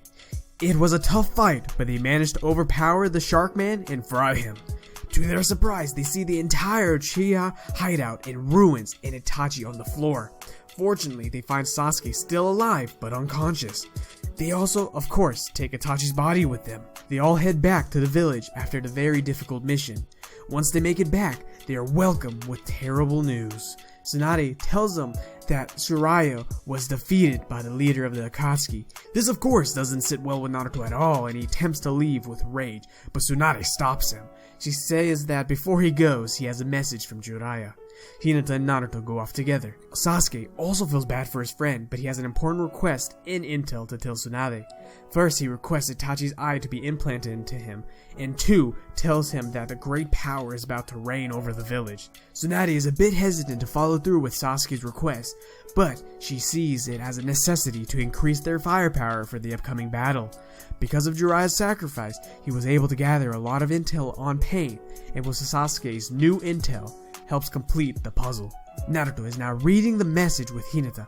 Jiraiya is saying his regards and tells Naruto not to feel sad or mad about what has happened to him. Jiraiya says he has no regrets and that he chose to do this. He also says he is extremely proud of how far Naruto has come. He then goes on to mention that Naruto needs to learn how to control his Nine-Tails chakra before Pain arrives. He says before he left, he made plans for him to train under another Jinchuriki by the name of Killer Bee in the Cloud Village. He will be his new master to learn to control his power. Naruto knows what he must do. A week has passed. Naruto is on the brink of controlling the Nine-Tails with Killer Bee. Hinata is training with the Hyugas, and Sasuke has just finished recovering from his eye surgery and is now with Kakashi trying to train his new eyes. Just when all seems well for our heroes, they get word that the Pains are approaching the village. The village is on high alert. Hinata and Sasuke are wondering where that knucklehead Naruto is now. Knowing him, he should have finished his training by now. To buy some time for the village and Naruto, Hinata and Sasuke know what they must do. They go out to keep the Pains at bay before they can reach the village. Hinata and Sasuke know about the Pains from Jiraiya's intel, but are still very cautious. Sasuke has still yet to get a hang of his eternal Mangekyo Sharingan, so both of them will just have to rely on Sage Mode. They confront the paths of Pain and fight commences. As that happens, Naruto is having a very difficult time controlling the Nine-Tails chakra for some reason. He has never struggled so much with something in his life. The hatred of his clan towards him and the mystery of his parents are all weighing hard on the young Hyuga. But all of a sudden, a light comes out of the darkness. Naruto can see Hinata, Kakashi, Sasuke, Jiraiya, and all the other friends he has made. He knows that hatred in his heart is no longer there. He has new, stronger bonds with people that care about him. People that would go to the end of the world to protect him. All these emotions build up inside him, and he's able to push over the edge and unlock Nine-Tails chakra form. He feels this new power flowing through his veins. He thanks Bee and heads out. However, he senses something horrible. He senses multiple large powers fighting against what feels like Hinata and Sasuke. He feels their chakra depleting fast, as if they are about to die. Naruto's heart drops in fear that his friends could be. He has no time to think about it. As Hinata and Sasuke are on their last breath, the paths of Pain are ready to impale them. As they release their blow, Naruto teleports to the scene and takes the full force of the attack. He coughs up blood, but is glad he made it in time. We last left over young Hyuga, protecting his friends and getting impaled by Pain. The situation is looking very grim for our heroes. Naruto is injured, and Hinata and Sasuke are on their last breath. Though, there is some good news. Hinata and Sasuke were able to take down 2 of the side pains. We now hop right back into action. Even as Naruto is getting impaled, he is able to kick away the side pain and gain some distance. The main pain just looks at Naruto and says that, oh, the Jinchuriki has finally decided to make their appearance. However, without hesitation, Naruto turns to his friends and teleports them to the Hokage's office where Tsunade is. He asks her to heal them quickly as they don't have much time. Tsunade asks Naruto if he needs to be healed, but Naruto has already recovered from his wounds because of the Nine Tails chakra. Naruto activates his Byakugan and then readies a giant Rasengan and teleports back to where the side pain was. He lands his attack and it creates a giant crater. Another pain has just been taken out, leaving 3 left. One of the pain shoots rockets at Naruto, but Naruto jumps towards them and twists as he's dodging them mid-air. He gets close and punches the rocket pain in the stomach, causing a mini shockwave to be created behind him from all the force. The main pain uses Almighty Push to get Naruto away. This at first shocks Naruto, but with his Byakugan, he can see how the jutsu was performed and the limitations behind it. Naruto notices that 2 of the side pains are in front of a place where he marked with his flying Raijin. This gives our young Hyuga a great idea. Naruto begins charging up 2 Rasen Shurikens with his chakra hands as he is running towards the pains. The main pain sees this and attempts to use his almighty push again. Before it can hit Naruto, he teleports behind the side pains and smashes them with his Rasen Shuriken, obliterating them in the process. We are now just left with the Diva Path pain, the main pain.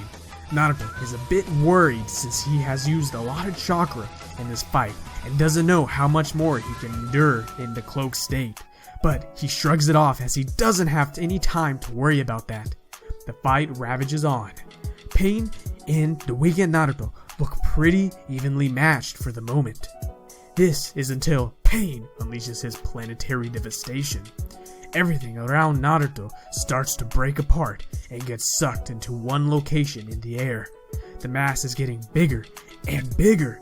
It eventually sucks up Naruto. Naruto doesn't know what to do.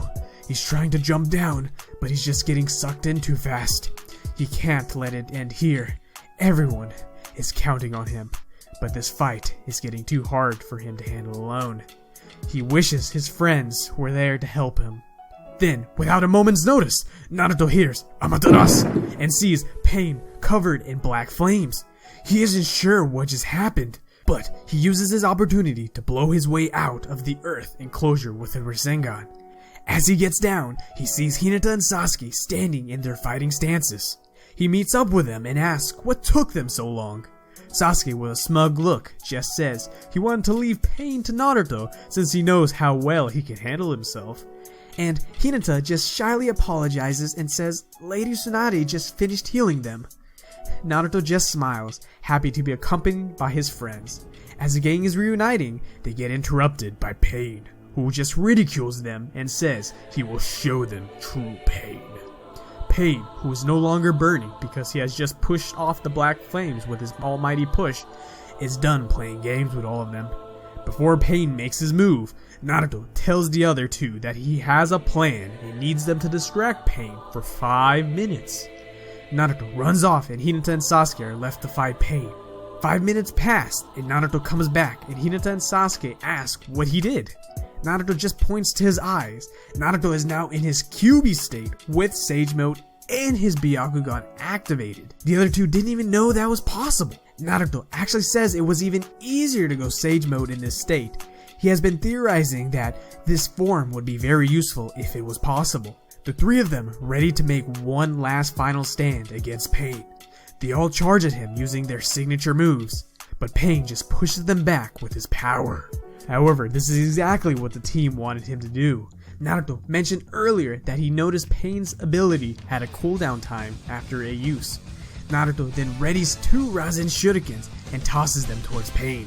Sasuke uses his Amaterasu to add damaging black flames, and Hinata uses her Lion's Fist to enhance the speed and wind power of the jutsu.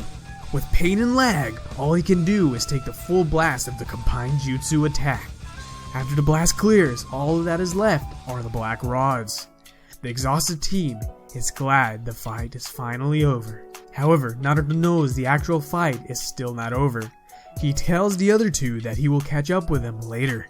Naruto had sensed earlier that these pains were being controlled by someone in the distance. He realized this when he got impaled for the first time. He heads over to Nagato's location. He does his Takano Jutsu and Nagato flips a new leaf.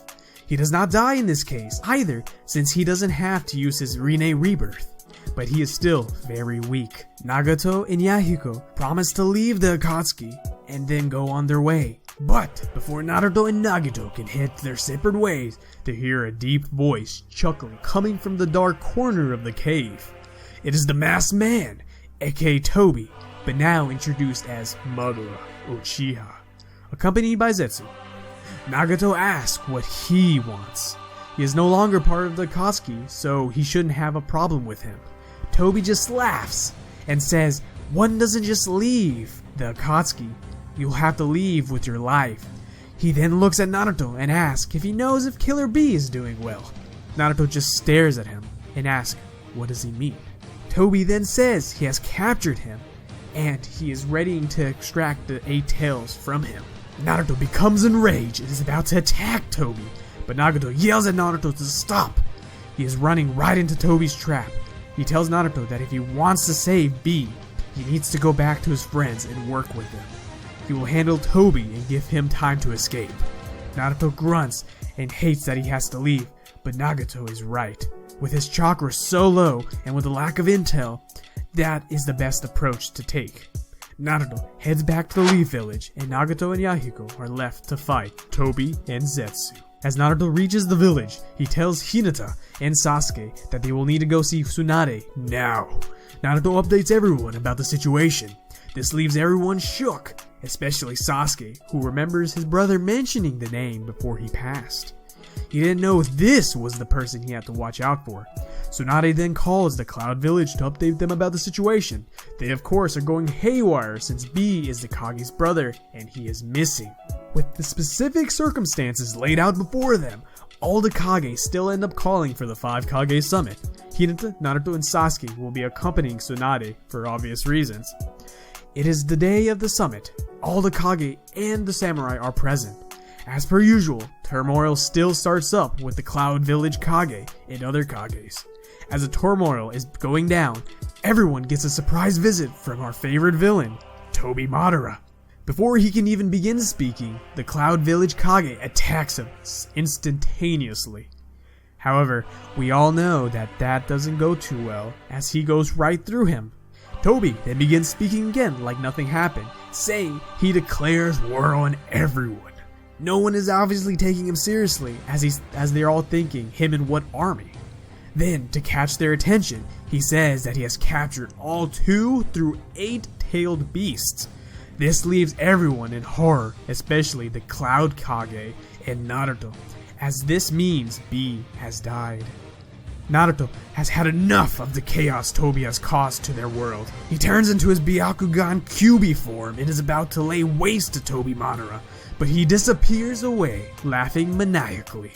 The Kage quickly agree to create a shinobi alliance to take down Madara and his army. There's no time to waste.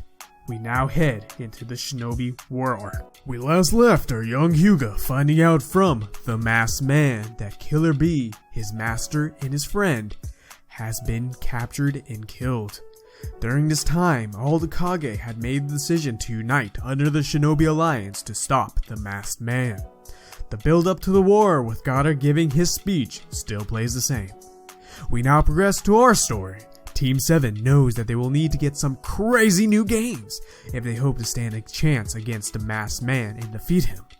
Personally, Naruto was the most eager to fight the villain because he had lost 2 people very close to him due to that man. However, Naruto realized that Jiraiya and Killer Bee would not want him to fight with malice and revenge in mind. He needs to clear his thoughts. This leads Team 7 to split up once again. They all agree to follow their own path to get stronger and meet up before the battle begins, so they can prepare their new strengths and build formations. Sasuke, at this point, has full access to his eternal Mangekyou Sharingan abilities and is working on advancing his Susanoo. He goes to train with Kakashi Sensei since he has the most experience with the Sharingan abilities. Hinata goes back to the Hyuga clan and actually trains with Neji, so both of them can get stronger and evolve their moves. Naruto, on the other hand, has decided to just focus on meditating. He knows that physically he is ready for his fight, but his mental prowess still needs to be hardened. A few weeks pass and it is almost time for the battle to begin. The Shinobi Alliance has built up quite nicely. They have set up the HQ and the forces from all the villages, including the samurai. Sasuke has learned to access his full Susanoo with a bit of strain, of course, as he is still getting used to it. Hinata and Neji have also evolved quite a lot as well. Their technique and power of their jutsus have gotten much stronger. Both Sasuke and Hinata have also been able to increase their efficiency in Sage Mode. However, for Naruto, things have been much more different. He was successful with his meditation, which helped clear his mind, but with so much meditation, he came in contact with the Ninetales, Kurama. During Naruto's meditation, Kurama actually reached out to him to talk. As the time progressed between both of them, Naruto realized that if he would ever hope to bring true peace to the world, he would need to befriend the creature filled with the most hatred. It wasn't an easy task, but Naruto eventually got to Kurama, and they actually exchanged conversations and began bonding. This early growth between the two was definitely in part to Kurama seeing how powerful Naruto had gotten in such a short time, and that he too started believing in the young Hyuga. It was as if the kid actually could make the things he said come true. By the end of Naruto's mental training, Kurama agreed to let Naruto have access to his chakra without any drawback. This of course didn't mean they were buddy-buddy best friends yet, but just close partners sharing the same body. Due to Naruto having access to all of the Ninetales chakra, something inside of him awoke. It was as if some hidden ancestral power blew out of him. When he attempted to get into his QB state, instead of being just orange, his entire body was teal, almost bluish, with an orange aura. Naruto nor Kurama had a clue why the change in color had happened. Maybe they would figure it out in due time. However, what they did know was that this new power was beyond insane. It put the old form to shame. Naruto is more powerful and faster than before. Naruto believes that with his new power and chakra capacity of his new form, he could also use his Flying Raijin and Byakugan in combination, which would allow him to cover a very large area of the battlefield. He finally meets up with Hinata and Sasuke so they can see how well their training has gone. They're all proud of each other for working so hard. Hinata is especially proud of Naruto and Sasuke for unlocking and enhancing these crazy new forms. However, even though all seems good with our protagonists, the enemy has not been sitting around this entire time. The masked man has actually come in contact with Kabuto. This means that the reanimation ninjas will be joining the army as well. This will definitely catch the shinobi forces off guard since they did not imagine this possibility.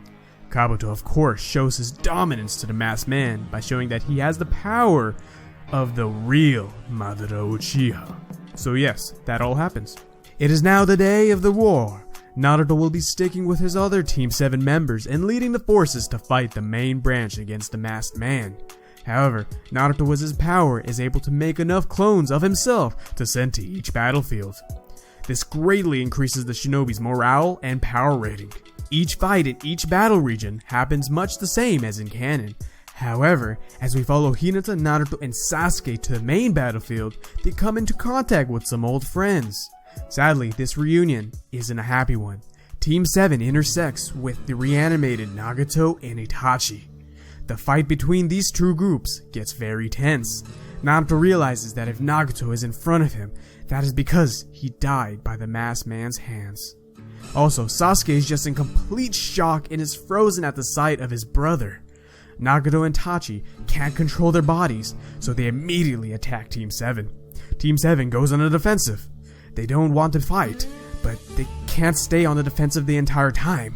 Itachi speaks up and says, "You cannot afford to hold back on us, especially you, younger brother."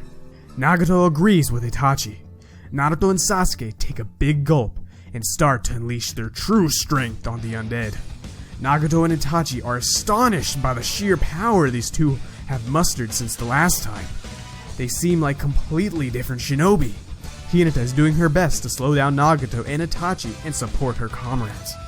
Even with the immense strength of Naruto, Hinata, and Sasuke all combined, they are facing two of the strongest ninja in history and are having some trouble taking them down.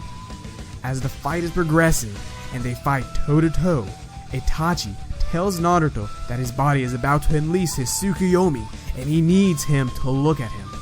Naruto is hesitant, but Sasuke yells at Naruto to just trust his brother, and then Naruto looks into Itachi's eyes. Something unexpected happens. Naruto begins to throw up a bird, and it uses a visual jutsu on Itachi, which frees him from Kabuto's grasp. Believe it or not, Itachi had his suspicion about Kabuto, and that he would try to reanimate him.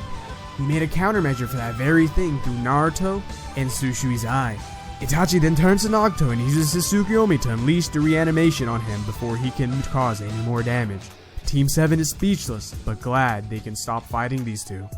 Nagato and Naruto still have the heartfelt interaction between each other before Nagato vanishes. Itachi then tells Team 7 his plan to stop all the reanimation by going to Kabuto.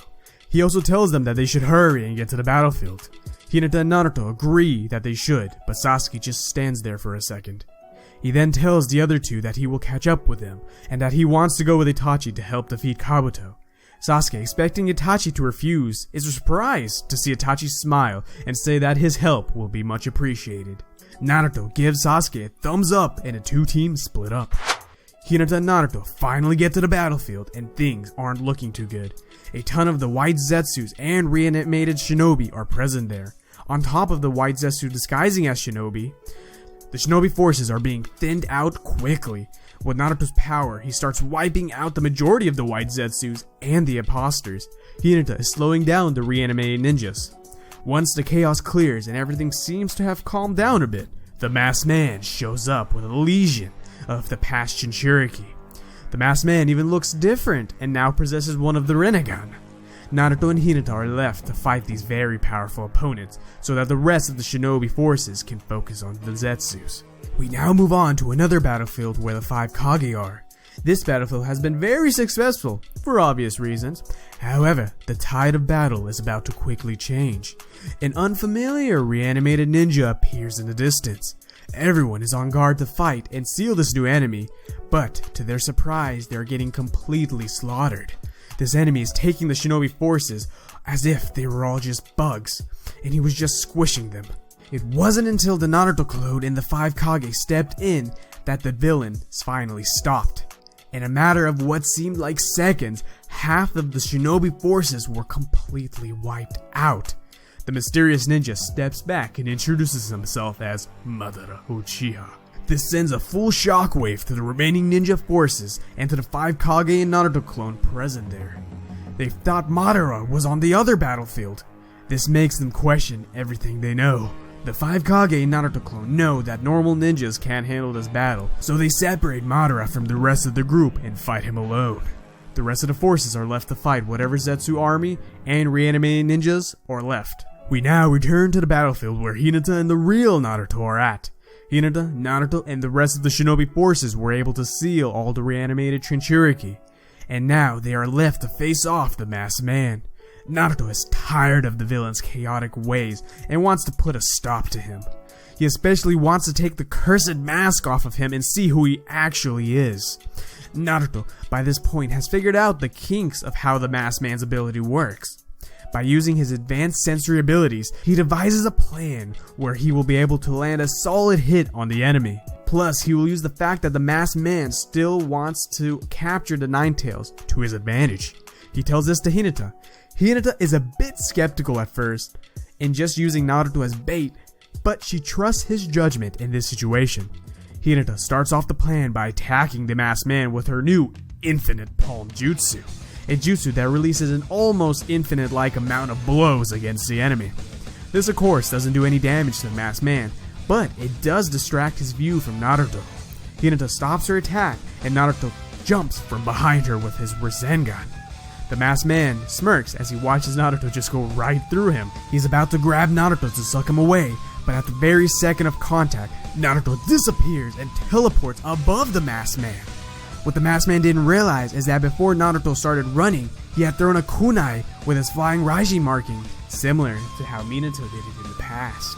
The masked man is too slow and too shocked to react, and Naruto lays down a Rasen Shuriken on top of him. It connects, and at the same time Naruto sets a flying Raijin seal on the masked man's back. Once the dust and rubble clear, the masked man is torn to shreds and is no longer the masked man. He is still alive, but he has taken a massive amount of damage, and has lost one of his arms. If it wasn't for the power of the Rasengan, the last blow would have vaporized him. Also, during this time, Kakashi and Guy arrive at the main battlefield and meet up with Naruto. The entire group finally sees the identity of the villain before them. No one has any idea who this guy is. That is, everyone but Kakashi. Everyone asks Kakashi who that person is. Kakashi, who is still in shock, responds that ninja before him is Obito Uchiha, his old comrade who had died many years ago. Obito is just laughing. Everyone looks at him. Obito then says to Kakashi that he is right. Obito Uchiha did die all those years ago. He isn't that person anymore. He gives his backstory to the group and tells them the truth of his motives. As the two parties are interacting, they hear a deep and menacing voice from the background. It's the real Madara Uchiha, and he looks like he's holding Gaara's body. He was tired of waiting for Obito, so he decided to take things in his own hands. What happened to the other four Kage, and what will happen to the team now that they have to face the strongest ninja in history? Also, what could possibly be taking Itachi and Sasuke so long? All these questions will be answered in the finale to What If Naruto Was a Hyuga. We last left our young Hyuga fighting and badly injuring Obito, causing him to lose one of his arms. However, when things just began to look good for our heroes, Madara shows up with Gaara's unconscious body. This leaves everyone in complete shock and horror. How will the story progress, and how will our heroes handle this very grim situation? We shall see how everything unravels in the finale to What If Naruto Was a Hyuga. At the same time Madara shows up to the scene, Naruto gains all the memories of his clone that was in the battlefield with the Kage. From this, he learns that Madara defeated all the Kage single-handedly, leaving them all on the brink of death. Naruto relays the information to everyone and is trying his best to keep his rage down. He knows that if he lets his mind become cloudy, he won't have a chance of survival against Madara Uchiha. However, before we can continue this battle, we have to check up on Itachi and Sasuke Uchiha. They have just arrived at Kabuto's hideout. Itachi tells Sasuke the plan he has in mind and how they can stop Kabuto in the reanimation jutsu. However, Itachi knows that even with both their current strengths, they might not be able to defeat Kabuto in his current Dragon Sage mode. Itachi knows that there's one way they can guarantee victory. They must spawn Orochimaru. Sasuke is dumbfounded and just looks at his brother in complete shock. However, Sasuke thinks about it, then just nods his head. The idea doesn't sound too bad, and his brother did come up with it. Itachi begins to work on Sasuke's curse mark. He gives it some chakra, and Orochimaru begins to spawn from it. Itachi plans to use Genjutsu on Orochimaru to get him to help them, but to both of his brothers' surprise, Orochimaru says he heard everything and says he'll help them. That seems kinda sus, but both Itachi and Sasuke both know they could easily take out Orochimaru if need be. The brothers and Orochimaru ready themselves and make their way inside the base. As they walk in, everything seems too quiet. Then, all of a sudden, Kabuto attacks them all from behind. Itachi jumps in the way to take the full brunt of the force since he can regenerate. They see that Kabuto has mastered Dragon Sage mode and has his eyes covered. He somehow knew they were coming and prepared. However, before Kabuto can make another move, Sasuke releases his clone collecting nature energy and turns into Sage Mode. He then quickly moves to Kabuto and smashes him into the wall.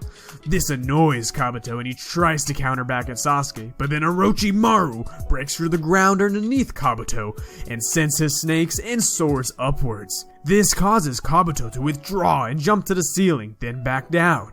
He then sees he has a clear shot at Sasuke and goes to slam into him, but before he can, Itachi jumps in the way and takes the hit full force. Kabuto feels a bit of a deja vu, but brushes it off. Little does he know that he is already inside Itachi's Izanami. Itachi's plan was a success. Itachi knew all along Kabuto was watching them and that he would be ready to attack the group. Itachi knew the Izanami would be the only way to defeat Kabuto and release the animation. As the reanimation is being released and Itachi is slowly disappearing, Itachi commands Orochimaru to go take Sasuke and resurrect all the previous Hokage. He said that even though he released the reanimation jutsu, he knows that Madara will have a trump card up his sleeve, and they need all the help they can get.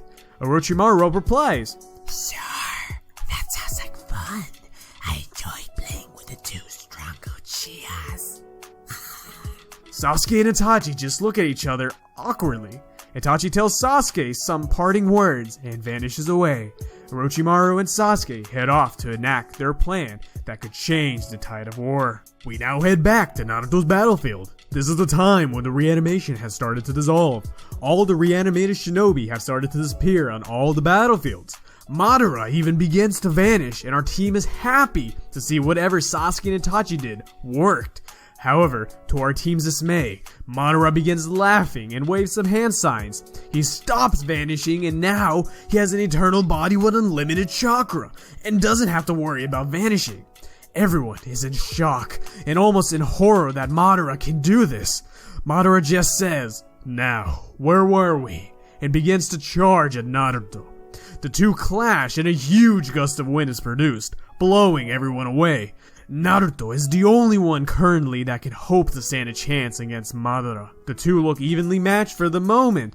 However, Madara is scheming something. During their fight, Madara stops and aims a giant dragon fireball jutsu at Hinata. Hinata doesn't have enough time to react or enough power to match the massive jutsu. Before she gets incinerated, Naruto jumps in and uses his Nine Tails power to blow the fire away. However, this is exactly what Madara wanted. Just as the fire ceases, Madara is on top of Naruto, his fist deep in his gut. Naruto can feel his power quickly fading. He realizes that Madara is extracting the Nine Tails from him. Naruto is trying to resist, but it's getting very difficult. Fortunately, before all the Nine Tails chakra gets extracted from Naruto, Sasuke arrives and slashes Madara's arm right off. Madara just smirks and says how interesting to see an Uchiha child here. Madara's arm, of course, just forms back, and then proceeds to say that he thinks that chakra should be enough. Naruto is unconscious but still breathing, but now Madara has the chakra from both One and Nine Tails, the last bit of chakra needed to summon the 10 Tails. Sasuke is furious to see his friend collapse on the floor. He activates his fully armored Susanoo and attacks Madara. The surprised Madara actually gets caught by Sasuke's attack and thrown into the ground, causing a huge explosion of rubble.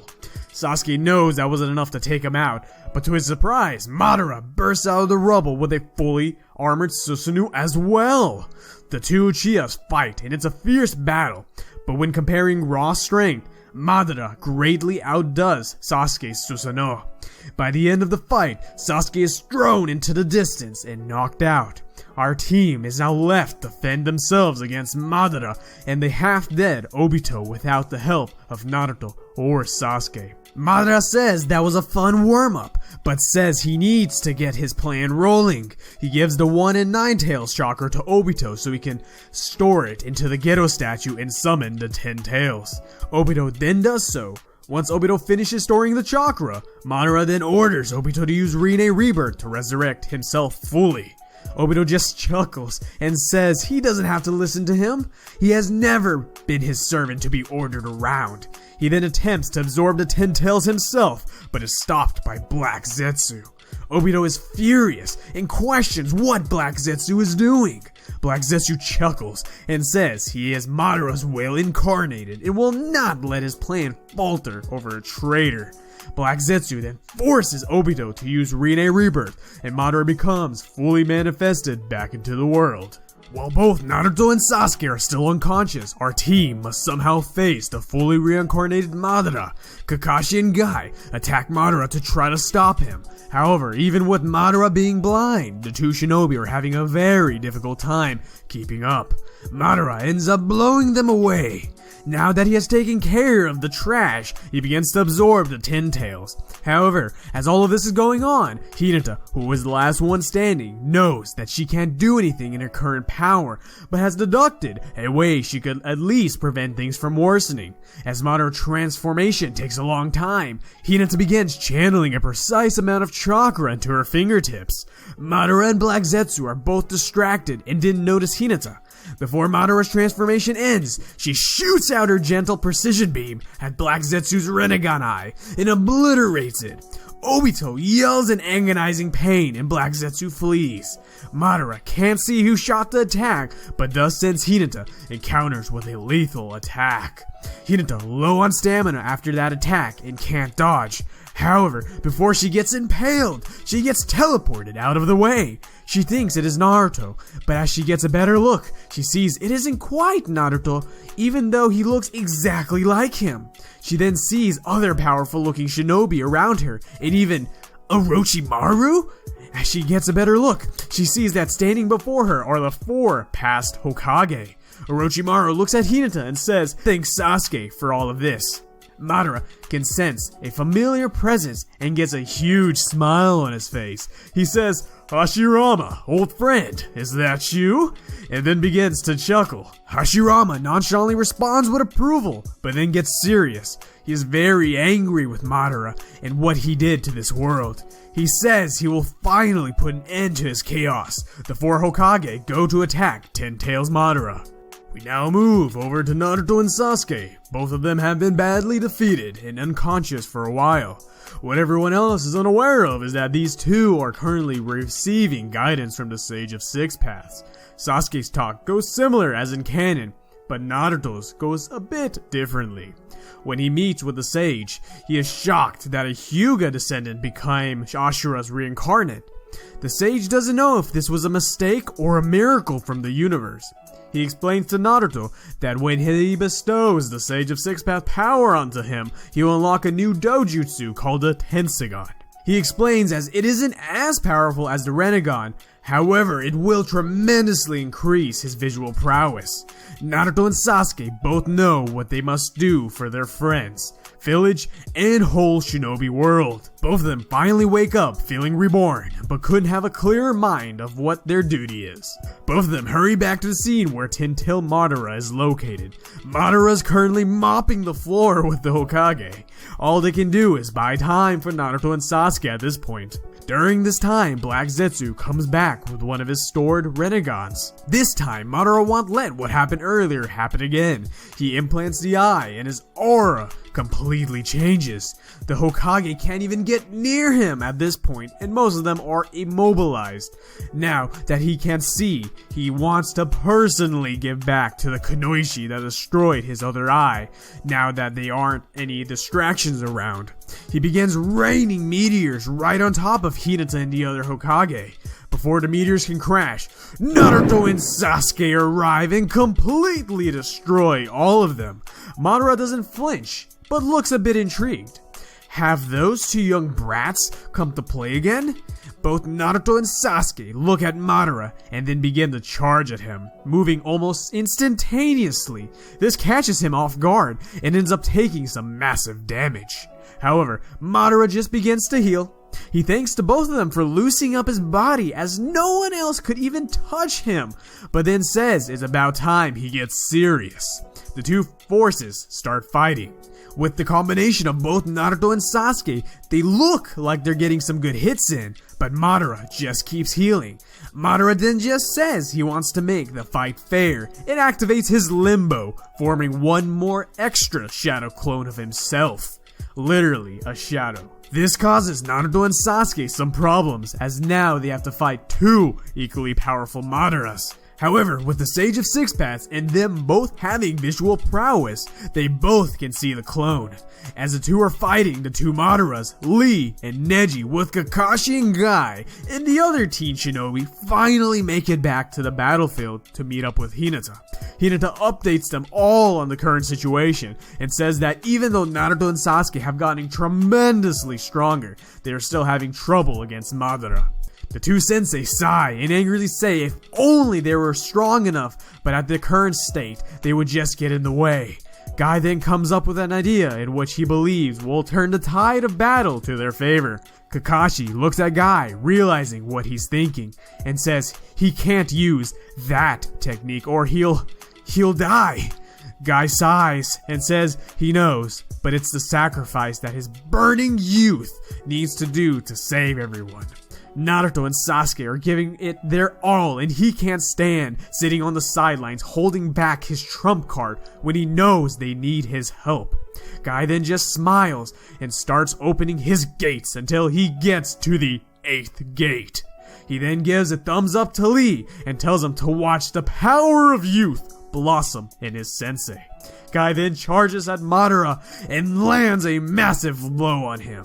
Guy tells Naruto and Sasuke to take care of the invisible Madara. He will tear Madara down, and once he gives the signal, he wants them to unleash their strongest attack. No need to worry about him. Naruto and Sasuke, without hesitation as they see the resolve in Guy's eye, agrees and begins to try to capture the Limbo Madara. Guy, of course, is completely wailing on Tintail's Madara like his personal punching bag. Madara's loving every bit of the fight, even though he can't even counter Guy's overwhelming girth of raw power. As Naruto and Sasuke defeat the Limbo, Guy gives the signal for both of them to release their most powerful attack on Madara. Sasuke readies his Kirin enhanced with Amaterasu and Rasengan, while Naruto readies his multiple chakra release Rasen Shuriken enhanced with his Tensegan. Both these attacks are Senjutsu enhanced, so they do have an effect on Madara. As Guy unleashes his final ultimate attack, Naruto and Sasuke do the same, which Madara did not notice since he was so aroused by Guy's pure girth of strength. Madara is penetrated from all sides and a huge explosion that can be seen for miles is formed. After the smoke and rubble clears, all that is left is a massive crater. Even Black Zetsu was caught in the attack because of the sheer power and extent of the combination attack. Our heroes can finally say that the battle is finally over. However, it is too soon to celebrate. After that last attack, Guy has used up all his stamina and is starting to vaporize away. Everyone, especially Lee, is sad. Guy looks at Lee one more time and says, Wait. Remember, don't ever let the power of youth burn out. Lee replies, Yes, Guy-sensei. Guy then blows away. Before they can call it over, they need Orochimaru to release the reanimated Hokage. However, before he does, Naruto and Minato have one last father-son interaction. Then he disappears into the sky. The war is finally over. The villains have been defeated, but many honorable souls have been lost, aka Shikamaru's dad. The same shinobi that were lost in the original canon. However, Neji was not impaled in our story, and so survived to live out his days. The 5 Kage even managed to survive due to Tsunade's extreme healing abilities. As for Obito, he eventually died off because he used the Rinne Rebirth. However, Kakashi ended up acquiring Obito's Mangekyo Sharingan as tribute to his lost friend so that it would not fall into the wrong hands. With Kakashi's extensive background and new power, he was then elected the 6th Hokage. From there, the Naruto story plays out as normal, with Naruto and Hinata finally getting married and getting to enjoy some peace at last. And that's where we're going to be ending What If Naruto Was a Hyuga. Now guys, I hope you enjoyed that finale. and the entire series as a whole, as many countless hours were put into it. I know the support from you beasts have been crazy these past few months, and I hope that we can all keep it going forward. As you guys know, if you're new to the channel, please subscribe and hit that bell icon because some juicy what ifs will be coming to a theater near you. Also guys, I'm hoping to get back on schedule and getting those weekly uploads for all of you, as I love getting these videos out and seeing your guys' responses. Now guys, without further ado, I'll talk to you later. Much love, peace.